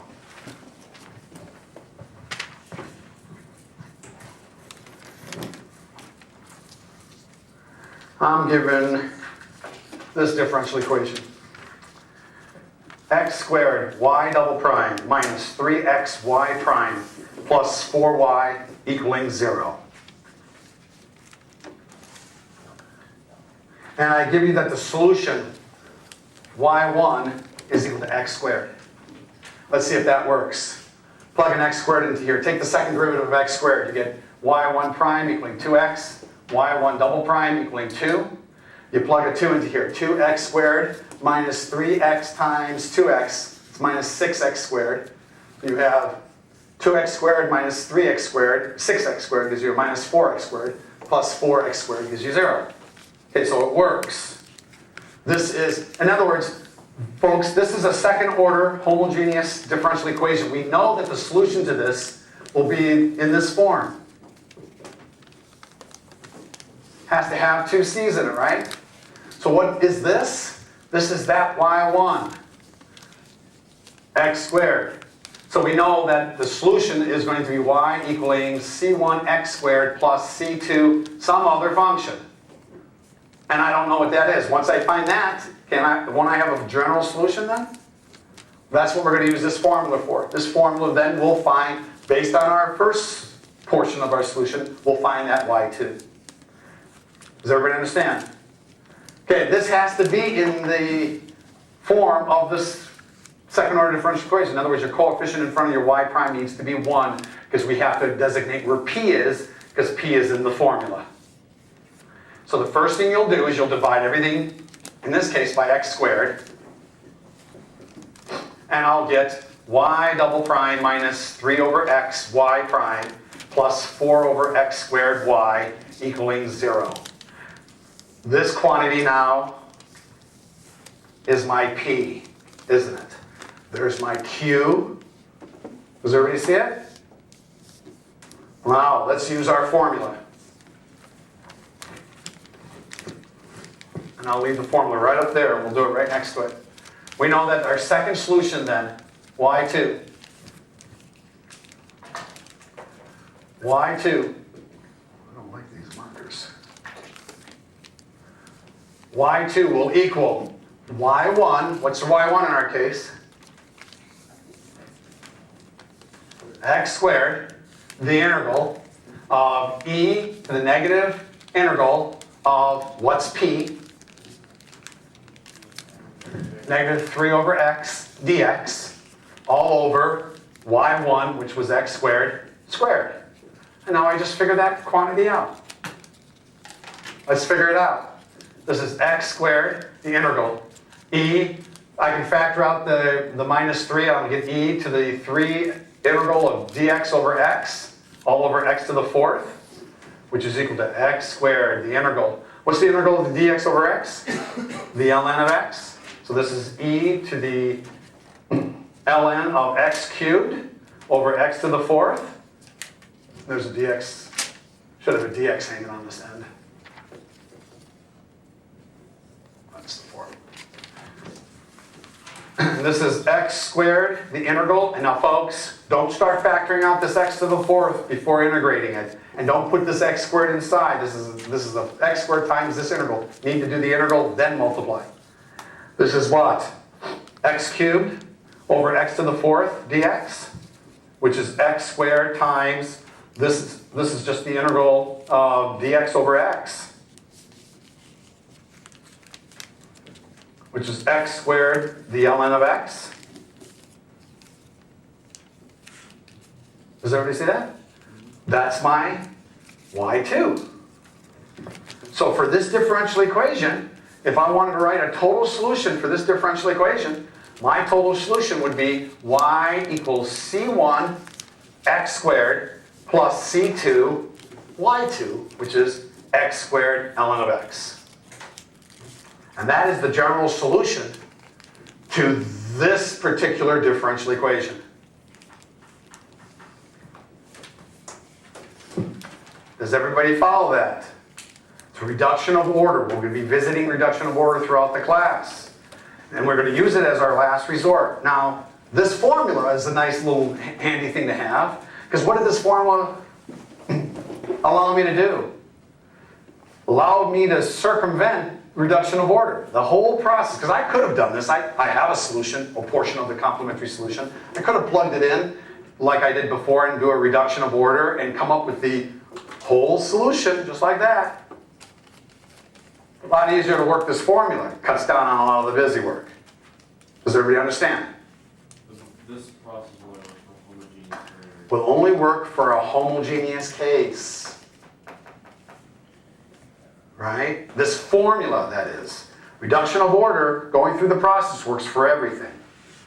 But if you have a homogeneous case, that formula will handle it for you. Get you that second solution based on you knowing the first solution. Formula is only good, and that's not clearly stated often enough. I've seen people use that formula to try to find the second solution to a non-homogeneous differential. It's not set up for that.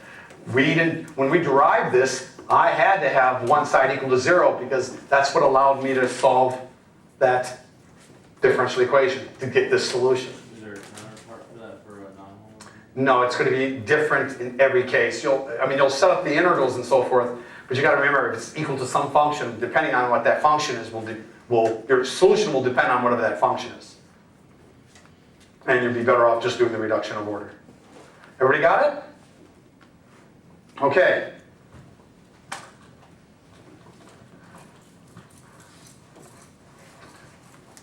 Let's look at a special group of these higher order linear differential equations.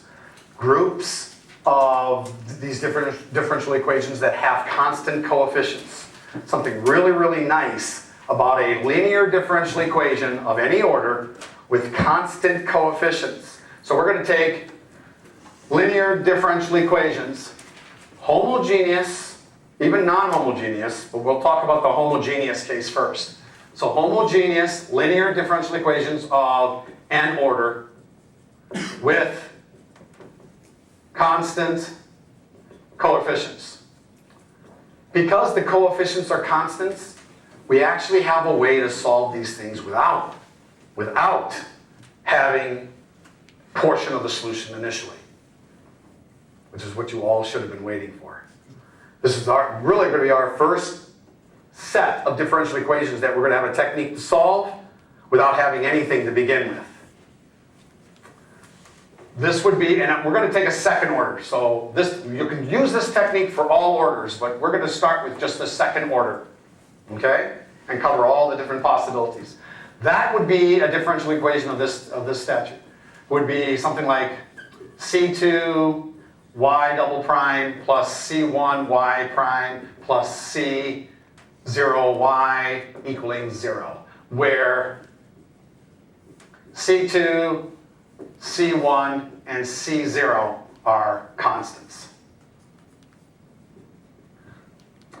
Let me give you an example. 5y double prime plus 3y prime plus 2y equaling 0. That's the type of differential equation we're talking about. A second order linear differential equation with constant coefficients, homogeneous. Then after we deal with the homogeneous case, we'll move this type of differential equation into the non-homogeneous realm and learn how to solve those. Matter of fact, if we found the solution to this, I give you techniques to find the solution for this thing, and then I said, okay, how do we find that? Well, you know that the solution to this would just be yc plus yp, right? And yc comes from that. So once you know how to solve the homogeneous case, that's already solved for the non-homogeneous case. And then I'll just have to show you techniques of how to come up with that particular portion, a particular solution that will equal the function. And once I show you techniques on that, you can solve these differential equations by first solving the homogeneous case to get this portion, and then find the particular solution to the non-homogeneous case to get this portion. Add them together, you got a general solution to that non-homogeneous differential equation. Do you all follow that? Semi? Almost? All right, well, that's what you're going to be doing, so whether you followed me now or later, you'll get it. By the end of the semester, you'll understand what I'm talking about. Hopefully. By that final. All right, how do we handle these differential equations, second order in this case, with constant coefficients, homogeneous? Well, the nice thing about these differential equations, that we know something about the solution. All of the solutions to these type of differential equations are exponential. In other words, e to the x, e to the minus x, e to the 2x, e to the 5x, all the solutions will be in the form of e to the mx, where m is some number.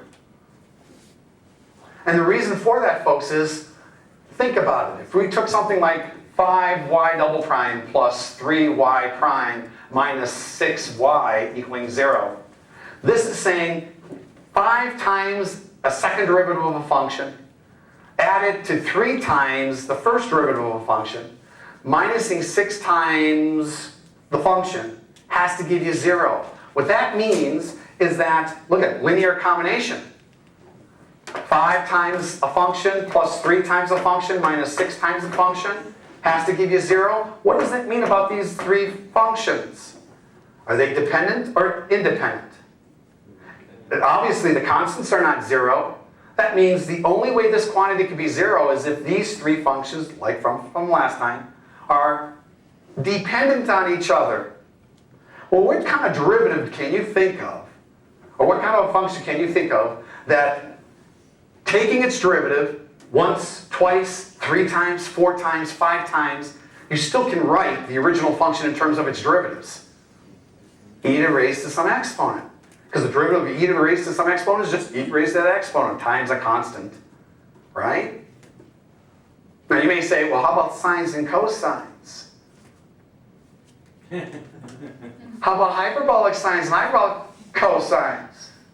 Smarty pants. And you're right, those can be written in terms of each other also. But you know what? Hyperbolic sines and hyperbolic cosines can be written in terms of, are really exponential functions. Sines and cosines, that you will find out shortly, can also be written in terms of exponential functions. Everything is an exponential function. We live in an exponential world. Okay? So the solutions to these differential equations will always be in that form. So let's say this is a solution to this differential equation. Right? And actually, let's take the case, I'll just do this. Let's plug this into this differential equation now and see what happens. Because obviously, if the solution to this differential equation is in that form, I should be able to plug it in and find what m is. Watch, let's plug it into this differential equation. What's y prime? E to the mx times m? What's y double prime? M e to the mx times another m, which is m squared e to the mx. Now notice something here, folks, which is really going to make these problems sweet. Oh, I'm excited already. I have too much fun up here, don't I? You people don't appreciate it, do you? Okay, I understand. What's the third derivative? M cubed e to the mx? What's the 12th derivative? E to the 3x, e to the mx, right? Notice that the power of these m's, these exponential powers of these m's, or the exponent here, is equivalent to the derivative out over here. So if we have a second derivative, it's going to turn it into an m to the second. A third derivative will turn it into m to the third, right? This is an algebraic quantity. This is the derivative. Now watch what happens. Obviously, I don't need this last one. Watch what happens when I plug it into there. Second derivative, this will give you c2 m squared e to the mx plus c1 m e to the mx plus e to the mx equals 0. Right? Does everybody see that? Yes or no? I can factor out an e to the mx. Let's solve this. E to the mx times c2m squared plus c1m plus 1. Oh, I'm sorry, I lost the constant c0. Equaling 0. So far, so good? Well, if this times this equals 0, that means e to the mx equaling 0. Any solutions out of that, baby? Can e to the mx ever be 0? It's an exponential function. There's no value of x nor m. Can you plug in this baby to make this 0? So there's no solutions out of this. So this means c2m squared plus c1m plus c0 has to be 0. In other words, folks, look at the form of this and look at the form of your differential equation. c2 y double prime, c2 m squared, c1 y prime, c1 m to the first, c0 y, c0 y to the 0. Do you see how this, what happened? My battery's gone. That's what it is. It's on its last leg. It's like Nova, supernova. Supernova. All right, look at what's happening here, folks. I've written this differential equation in terms of now just a simple quadratic. And if I solve this simple quadratic, can't you solve it by using the quadratic formula? You can find what m, the two solutions for m, m1 and m2. Yes? And then once you find those two solutions of M1, M2, you know that your solutions have to be in the form of E. Have to be. Oh. Have to be, oh my, I can't. You think it works, but my throat. So we can say that the general solution is just that. Because once I solve for this M1 and M2, that means the two solutions that I'm looking for are in the form of e to the M1x and e to the M2x. So now, folks, when I have a differential equations of constant coefficients, I can write the associated algebraic expression. This is actually called the auxiliary equation. I can actually write the auxiliary equation and solve the auxiliary equation, right? Just from inspection. I can just look at that and write this. If I had, for example, 3y double prime plus 2y prime plus 6, there we go, oh, almost, 6y equaling 0. Can't you write the auxiliary equation? Yeah, it's just 3m squared plus 2m plus 6 equaling 0. Does everybody see that?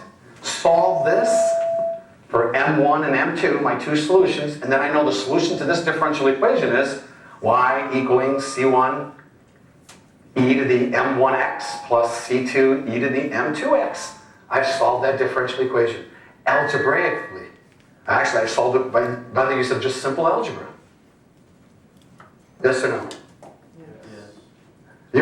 You want to turn that down so I don't get a vibration there? Feedback?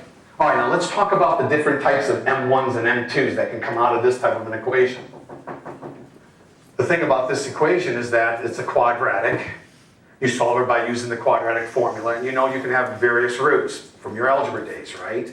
You can have a case where when you solve this, your roots to this equation are going to be the coefficients of the exponent for these exponential functions. And you know when you solve this, you can get a case of 2 real roots. You can get a case of double roots. That's a root of multiplicity 2.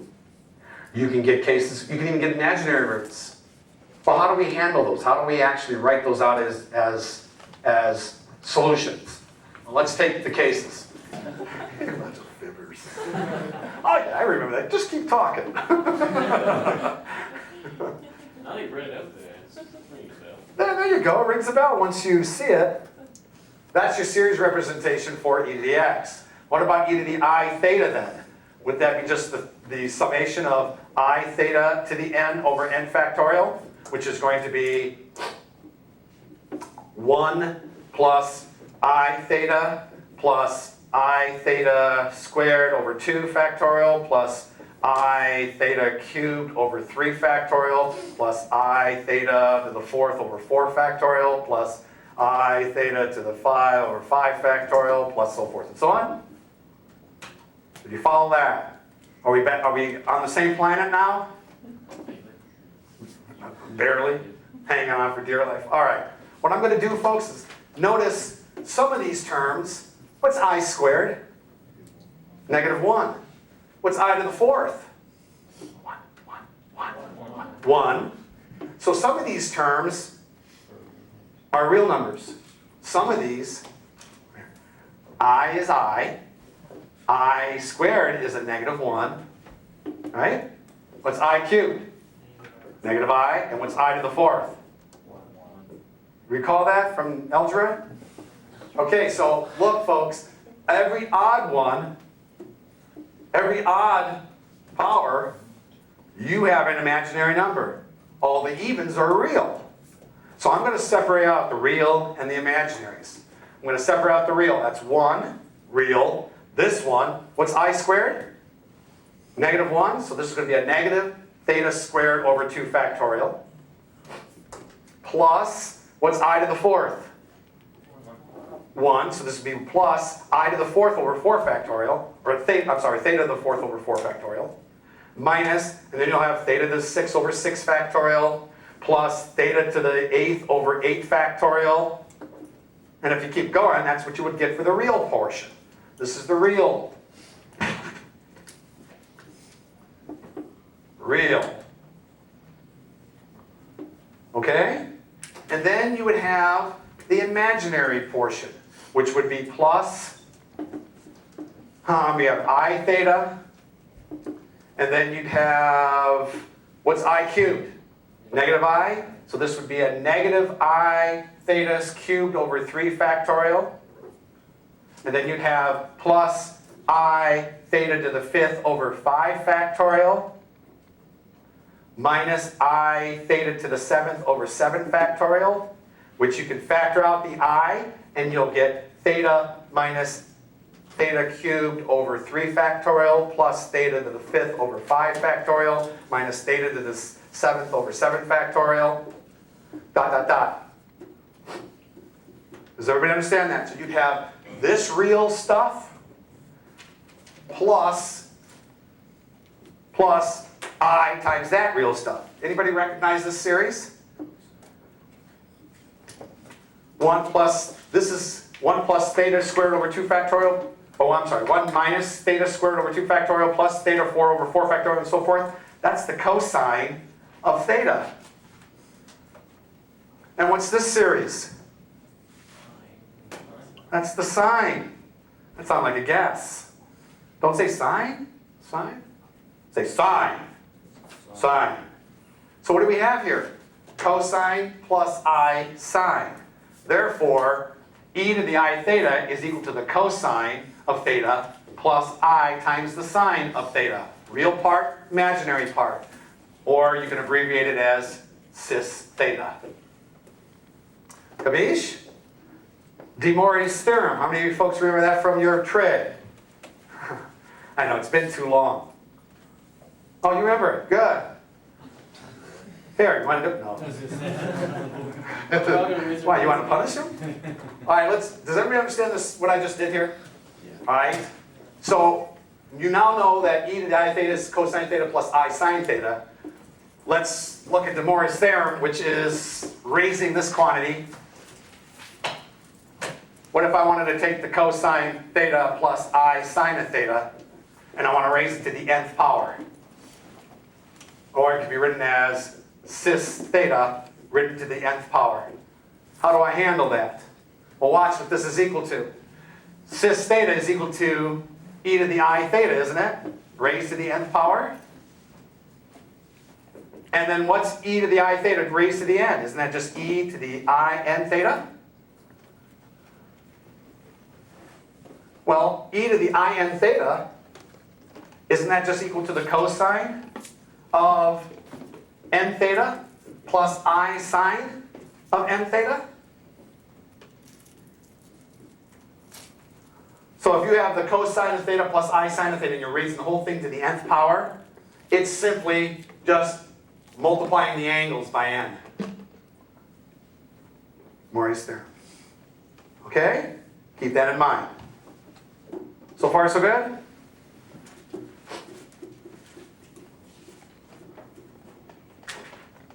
All right, let's go back and look at my solution here. Now that you are experts in Euler's theorem and De Moivre's theorem, let's rewrite this y equaling, this could be written as C1 e to the alpha x times e to the beta I beta x plus C2 e to the alpha x times e to the minus beta of I beta x.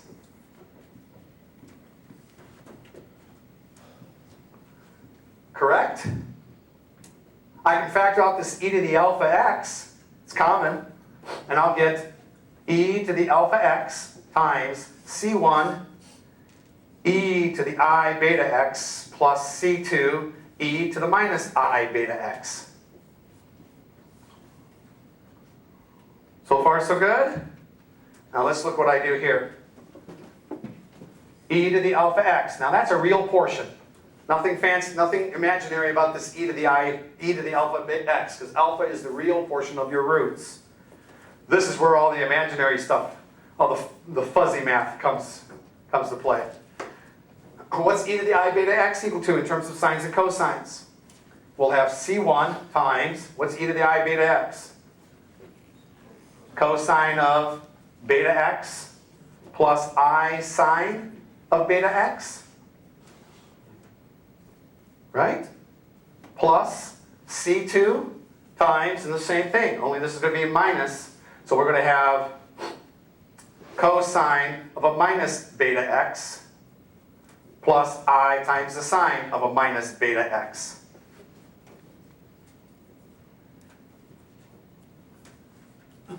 Yes? Well, this is going to equal e to the alpha x times C1. Now notice I can multiply this out. I can write this as C1 cosine of beta x, and then I have a plus C2 cosine. What's the cosine of a negative beta x? Cosines are even functions. So the cosine of a negative angle is equal to Cosine beta x. cosine of the angle. In other words, the negative gets absorbed. So this is going to equal plus C2 cosine of beta x. Then we have plus C1, oh, we have an I, plus I times C1 sine of beta x. That's this first term. Plus C2, factor out the I, which I did. And what's the sine of a negative beta x?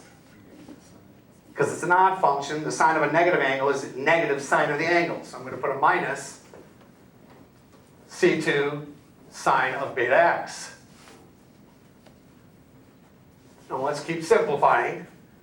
E to the alpha x times, let me factor out my cosine of beta x out of these two. I'll get cosine beta x plus I. And here I'm going to factor out my sine of beta x. So I'll get I times C1 minus C2 sine of beta x. What's C1 plus C2? Just another C. And what's C1 minus C2? Just another C. So I can write this as e to the alpha x. And I'm just going to write this, here, I'll color code it. C1 plus C2 is, what color is that? Red C1. Cosine beta x plus I times red C2 sine of beta x. So folks, when you after write a solution to, and notice, this represents the whole thing. That's my solution.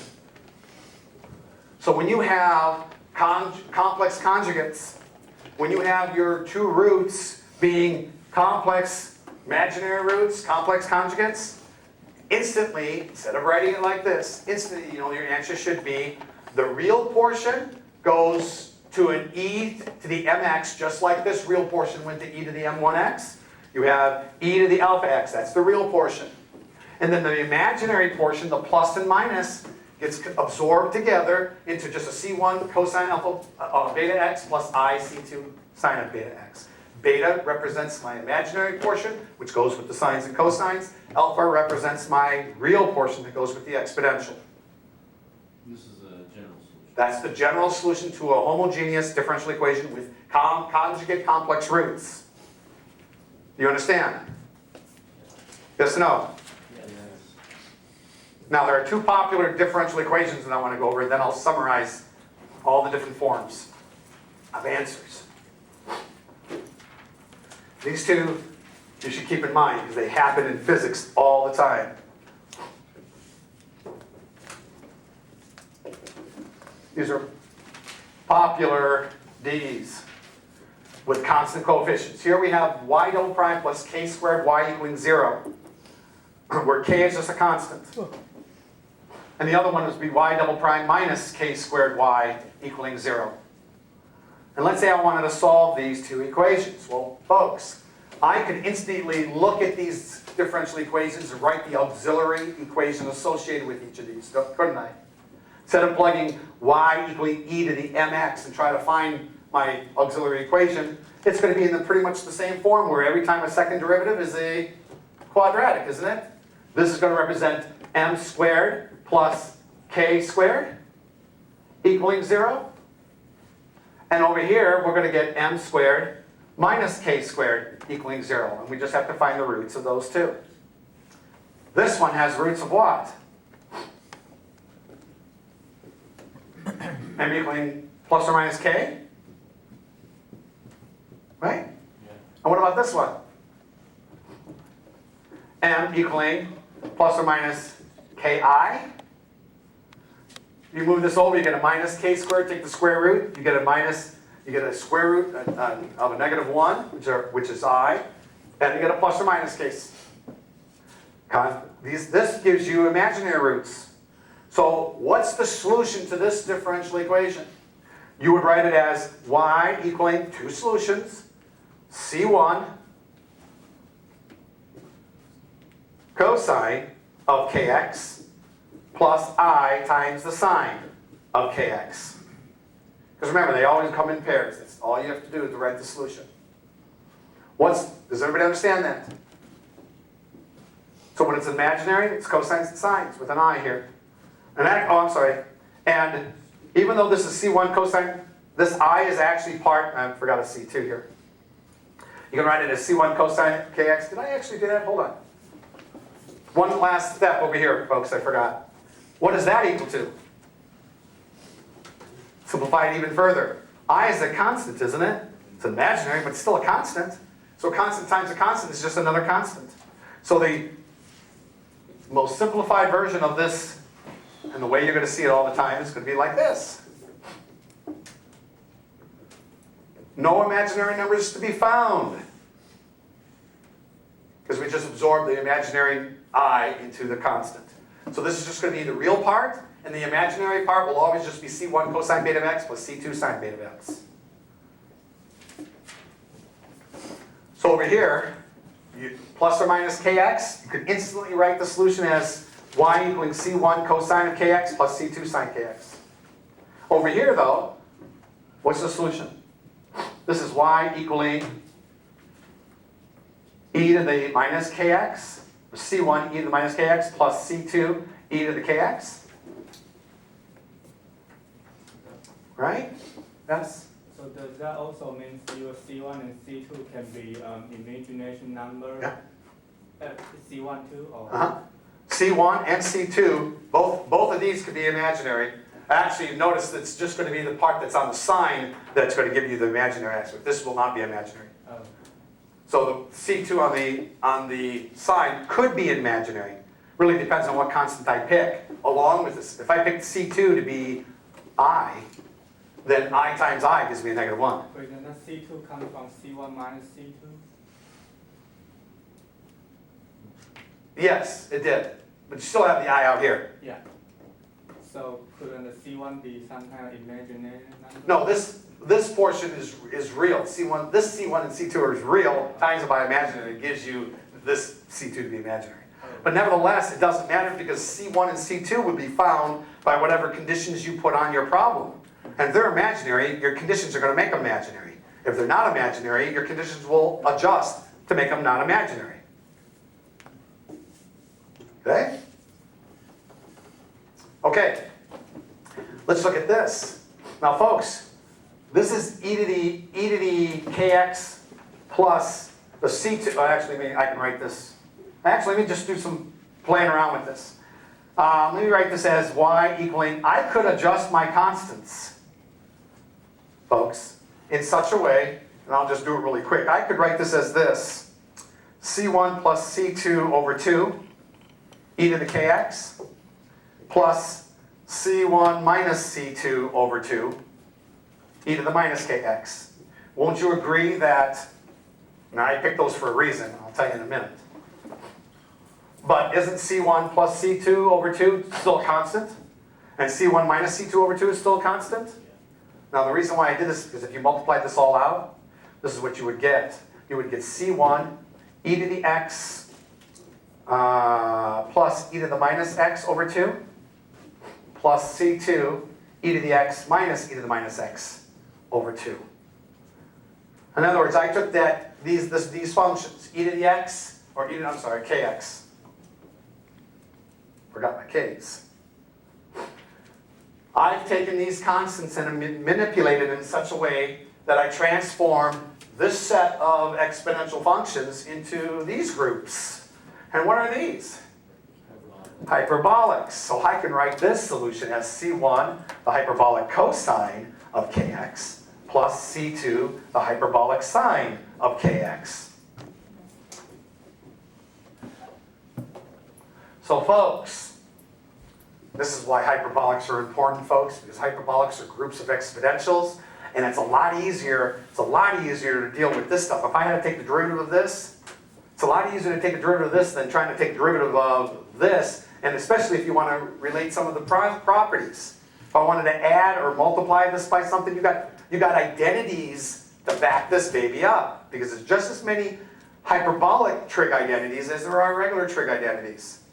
So by writing our solution in terms of hyperbolics, writing these solutions in terms of sines, do you see the comparison?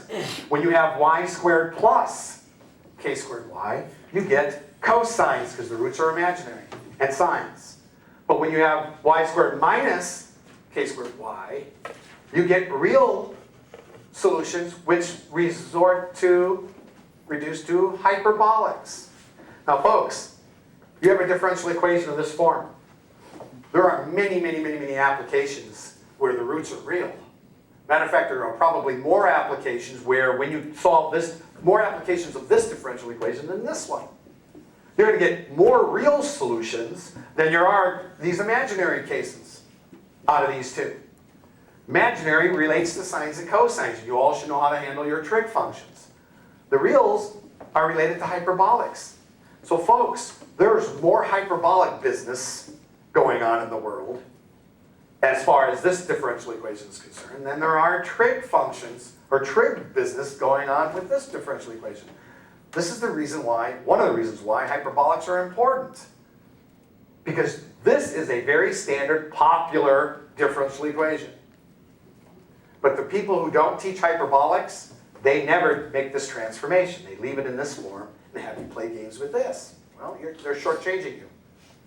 Because a lot of things that we're going to do with this one and comparing to this one, you're going to see very close similarities between the two because there's a close relationship between, there's close analogous relationships between the cosine hyperbolic functions and then the trig functions. Two popular differential equations you need to know. All right, now let's summarize what we just did. And add a little bit more to it.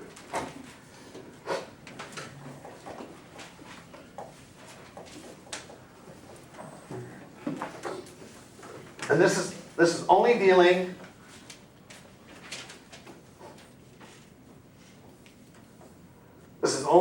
with I'll actually increase it. This is obviously we've solved our auxiliary equation. And we have two distinct roots. If these are our roots, okay, so I'll have roots over here, roots to the auxiliary equation. Then what's my solution to the homogeneous differential equation? If these are my roots, can anybody tell me what that would be? Y equals what? Y equals C1 M. E to the M. mx plus C2 e to the nx. So we could instantly write a solution to the homogeneous case. What if I had these as my roots? A double root. This is a root of m multiplicity of 2. Y equals C1 e to the mx plus C2x e to the. There you go. Now if I have, let's expand this.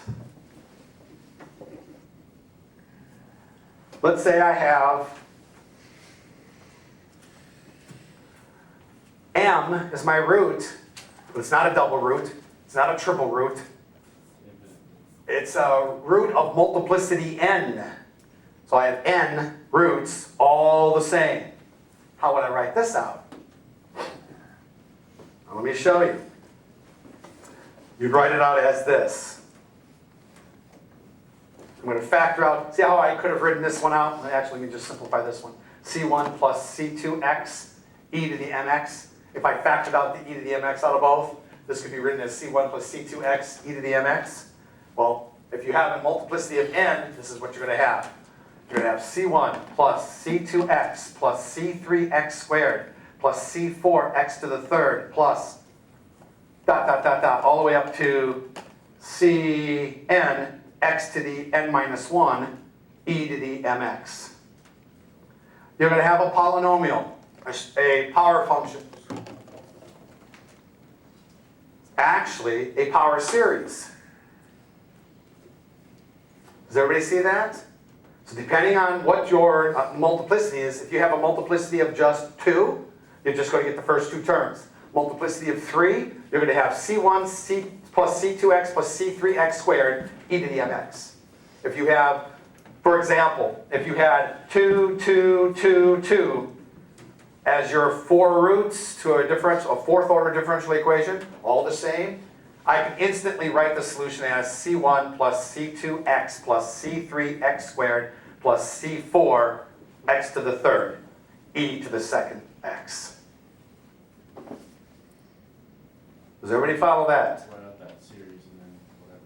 That's right. You write out, this is 1, 2, 3, 4.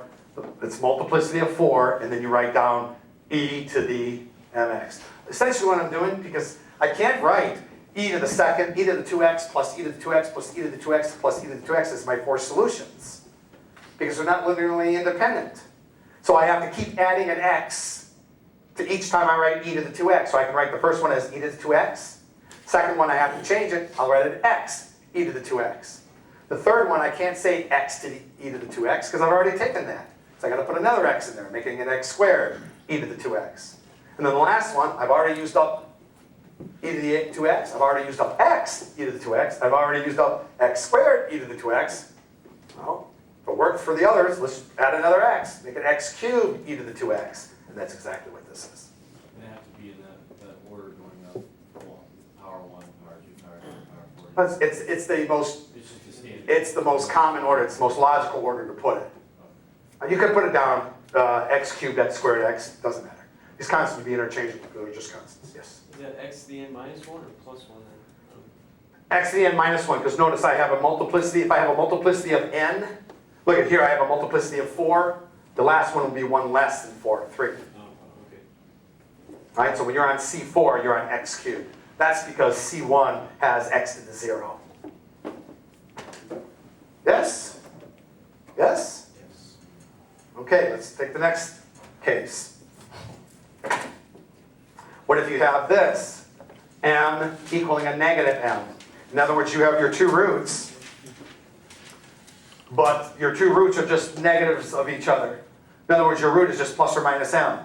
Well, this is y equaling c1 e to the mx plus c2 e to the negative mx. And we just took that as one of our differential solutions, c1 hyperbolic cosine of mx plus c2 hyperbolic sine of mx.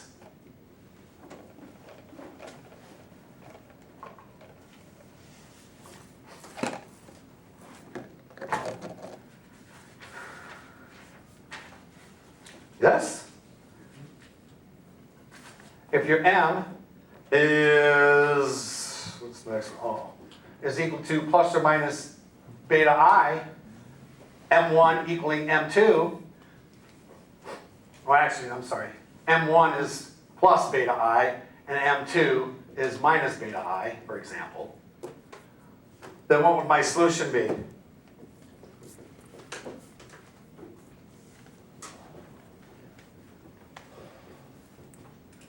Be c1 cosine beta of x plus c2 sine beta of x.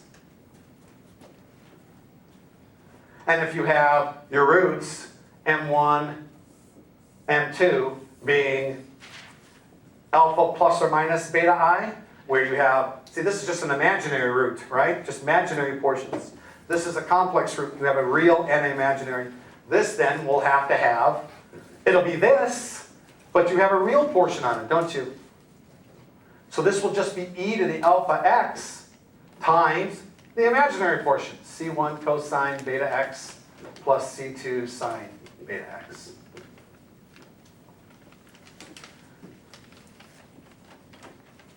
So far, so good? Now, obviously, you have to know these, and you will. You do the homework that I've assigned. That was one you did over there where the I gets absorbed into the C. That's right. That's correct. Anytime, even in this case, anytime you have imaginaries, boom, you don't have to worry about them as far as writing your solution, because those are just constants. What if we have, let's take a monster. Let's say if I have a complex, this will be our last case, complex conjugates of multiplicity k. In other words, you have m equaling m equaling m equaling alpha plus beta I, and you have actually k of those.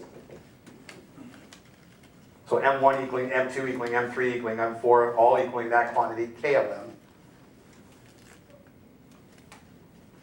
And at the same time, you have n equaling n equaling dot dot dot dot n, and you have k of these, and they're all equal to alpha minus beta I. So I have repeated roots of complex conjugates, repeated over and over and over again. So like, for example, I solve a differential equation, I solve an auxiliary equation, and I get 2 plus or minus I, or 2 plus or minus 3i 10 times. So that's multiplicity of 10. That's 2 plus or minus beta I, multiplicity of 10. How would I write the solution here? Well, because of the multiplicity, you would first write out C1 plus C2x plus C3x squared plus C4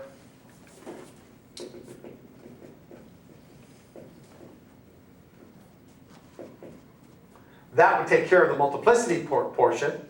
And then this would be what? Just e to the alpha plus beta I plus, that takes care of this first case, plus, I'll just continue out here, C1 plus, or it's actually not C1 anymore, right? It's, let me use a different, D1 plus D2x plus D3x squared plus dot dot dot dot all the way to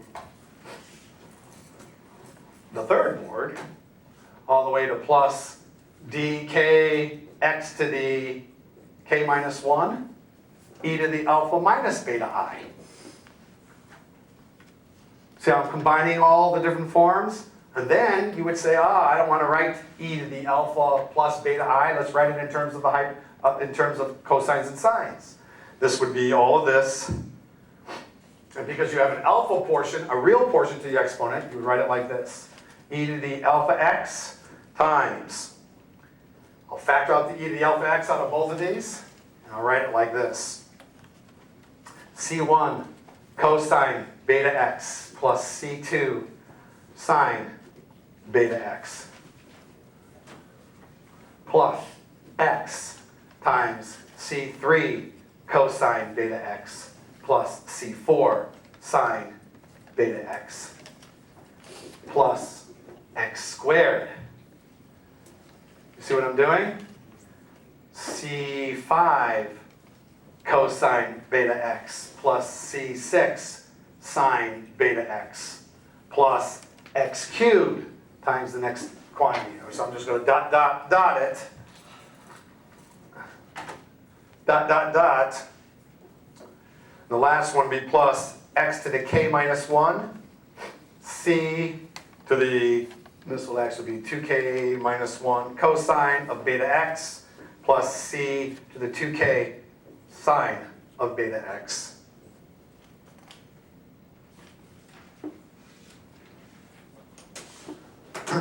So when you have complex conjugates, just remember, when you have complex conjugates, you got to have your solution in that form. So instead of writing out this, because notice you can multiply this times each one of these, and you can multiply this times each one of these, and then combine the constants such that this is the simplified version. It's going to be, again, e to the alpha x times this quantity, then times x times that quantity, x squared times that quantity, x cubed times that quantity, x to the fourth times the quantity, all the way up to whatever the multiplicity is. Then you'll have x to the k, the multiplicity minus 1 times the last quantity. Yes? So now, folks, let's take a couple examples of some differential equations. Let's say if I gave you something like this. 77.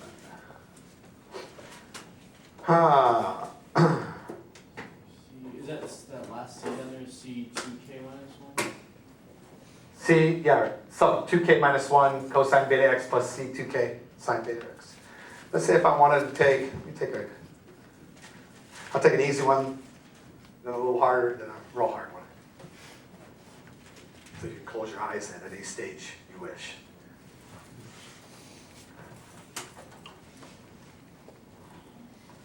Let's say I had this differential equation. Oh, let's see if I wanted to take y double prime minus 10y prime plus 25y equals 0. And I want to solve that. Well, you see it's a linear differential equation. All the derivatives are not raised to anything more than 1 power. And the coefficients, in this case, are constants. So I know I can solve this simply by finding its auxiliary equation. What's the auxiliary equation here? Give it a shot. You can only be wrong. M squared minus 10m plus 25 equaling 0. Y double prime is m squared. Y prime turns into the m. And y disappears. Because this is really, again, just the auxiliary portion of the differential equation. Solve this. Well, isn't that just m minus 5 times m minus 5? So we get m equaling 5 twice. Can we solve that? What is it? Y equals what? C1 e to the 5x plus C2 x e to the 5x. Solved it. Well, I don't know. By the way you folks are responding, it's like backbreaking. I know, I'm sorry. When you signed up for the class, you never thought algebra would be the driving force. I'm sorry, I gotta keep that algebra out of here. They never mentioned that. Well, all my calc students complain about it every semester. This is a calc class, get this algebra out of here. Oh, okay, sorry. Let's try another one.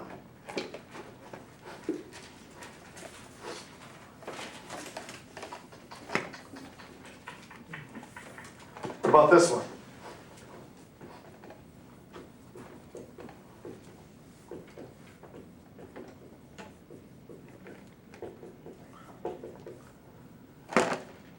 Well, that's just the m4 plus 2m squared plus 1 equaling 0. Right? Factor this. This factors as m squared plus 1, m squared plus 1 equals 0. So what are the, notice this is, we get 2 roots here, and they're all the same. All right, I mean, two of the roots will be the same. This is the two pairs of multiplicity 2, right? What's the roots here? Plus or minus. M equals plus or minus, yeah, square roots of -1, which is I. And this one? Same thing, huh? Yeah. So this is multiplicity 2. So what's the solution? Y equaling. You got a multiplicity of 2. I had a multiplicity of 2 over there. Notice how I did that. Only in this case, you're going to write it as C1. C1. Now you can write it out. You can, no, imagine this. What are they going to give you?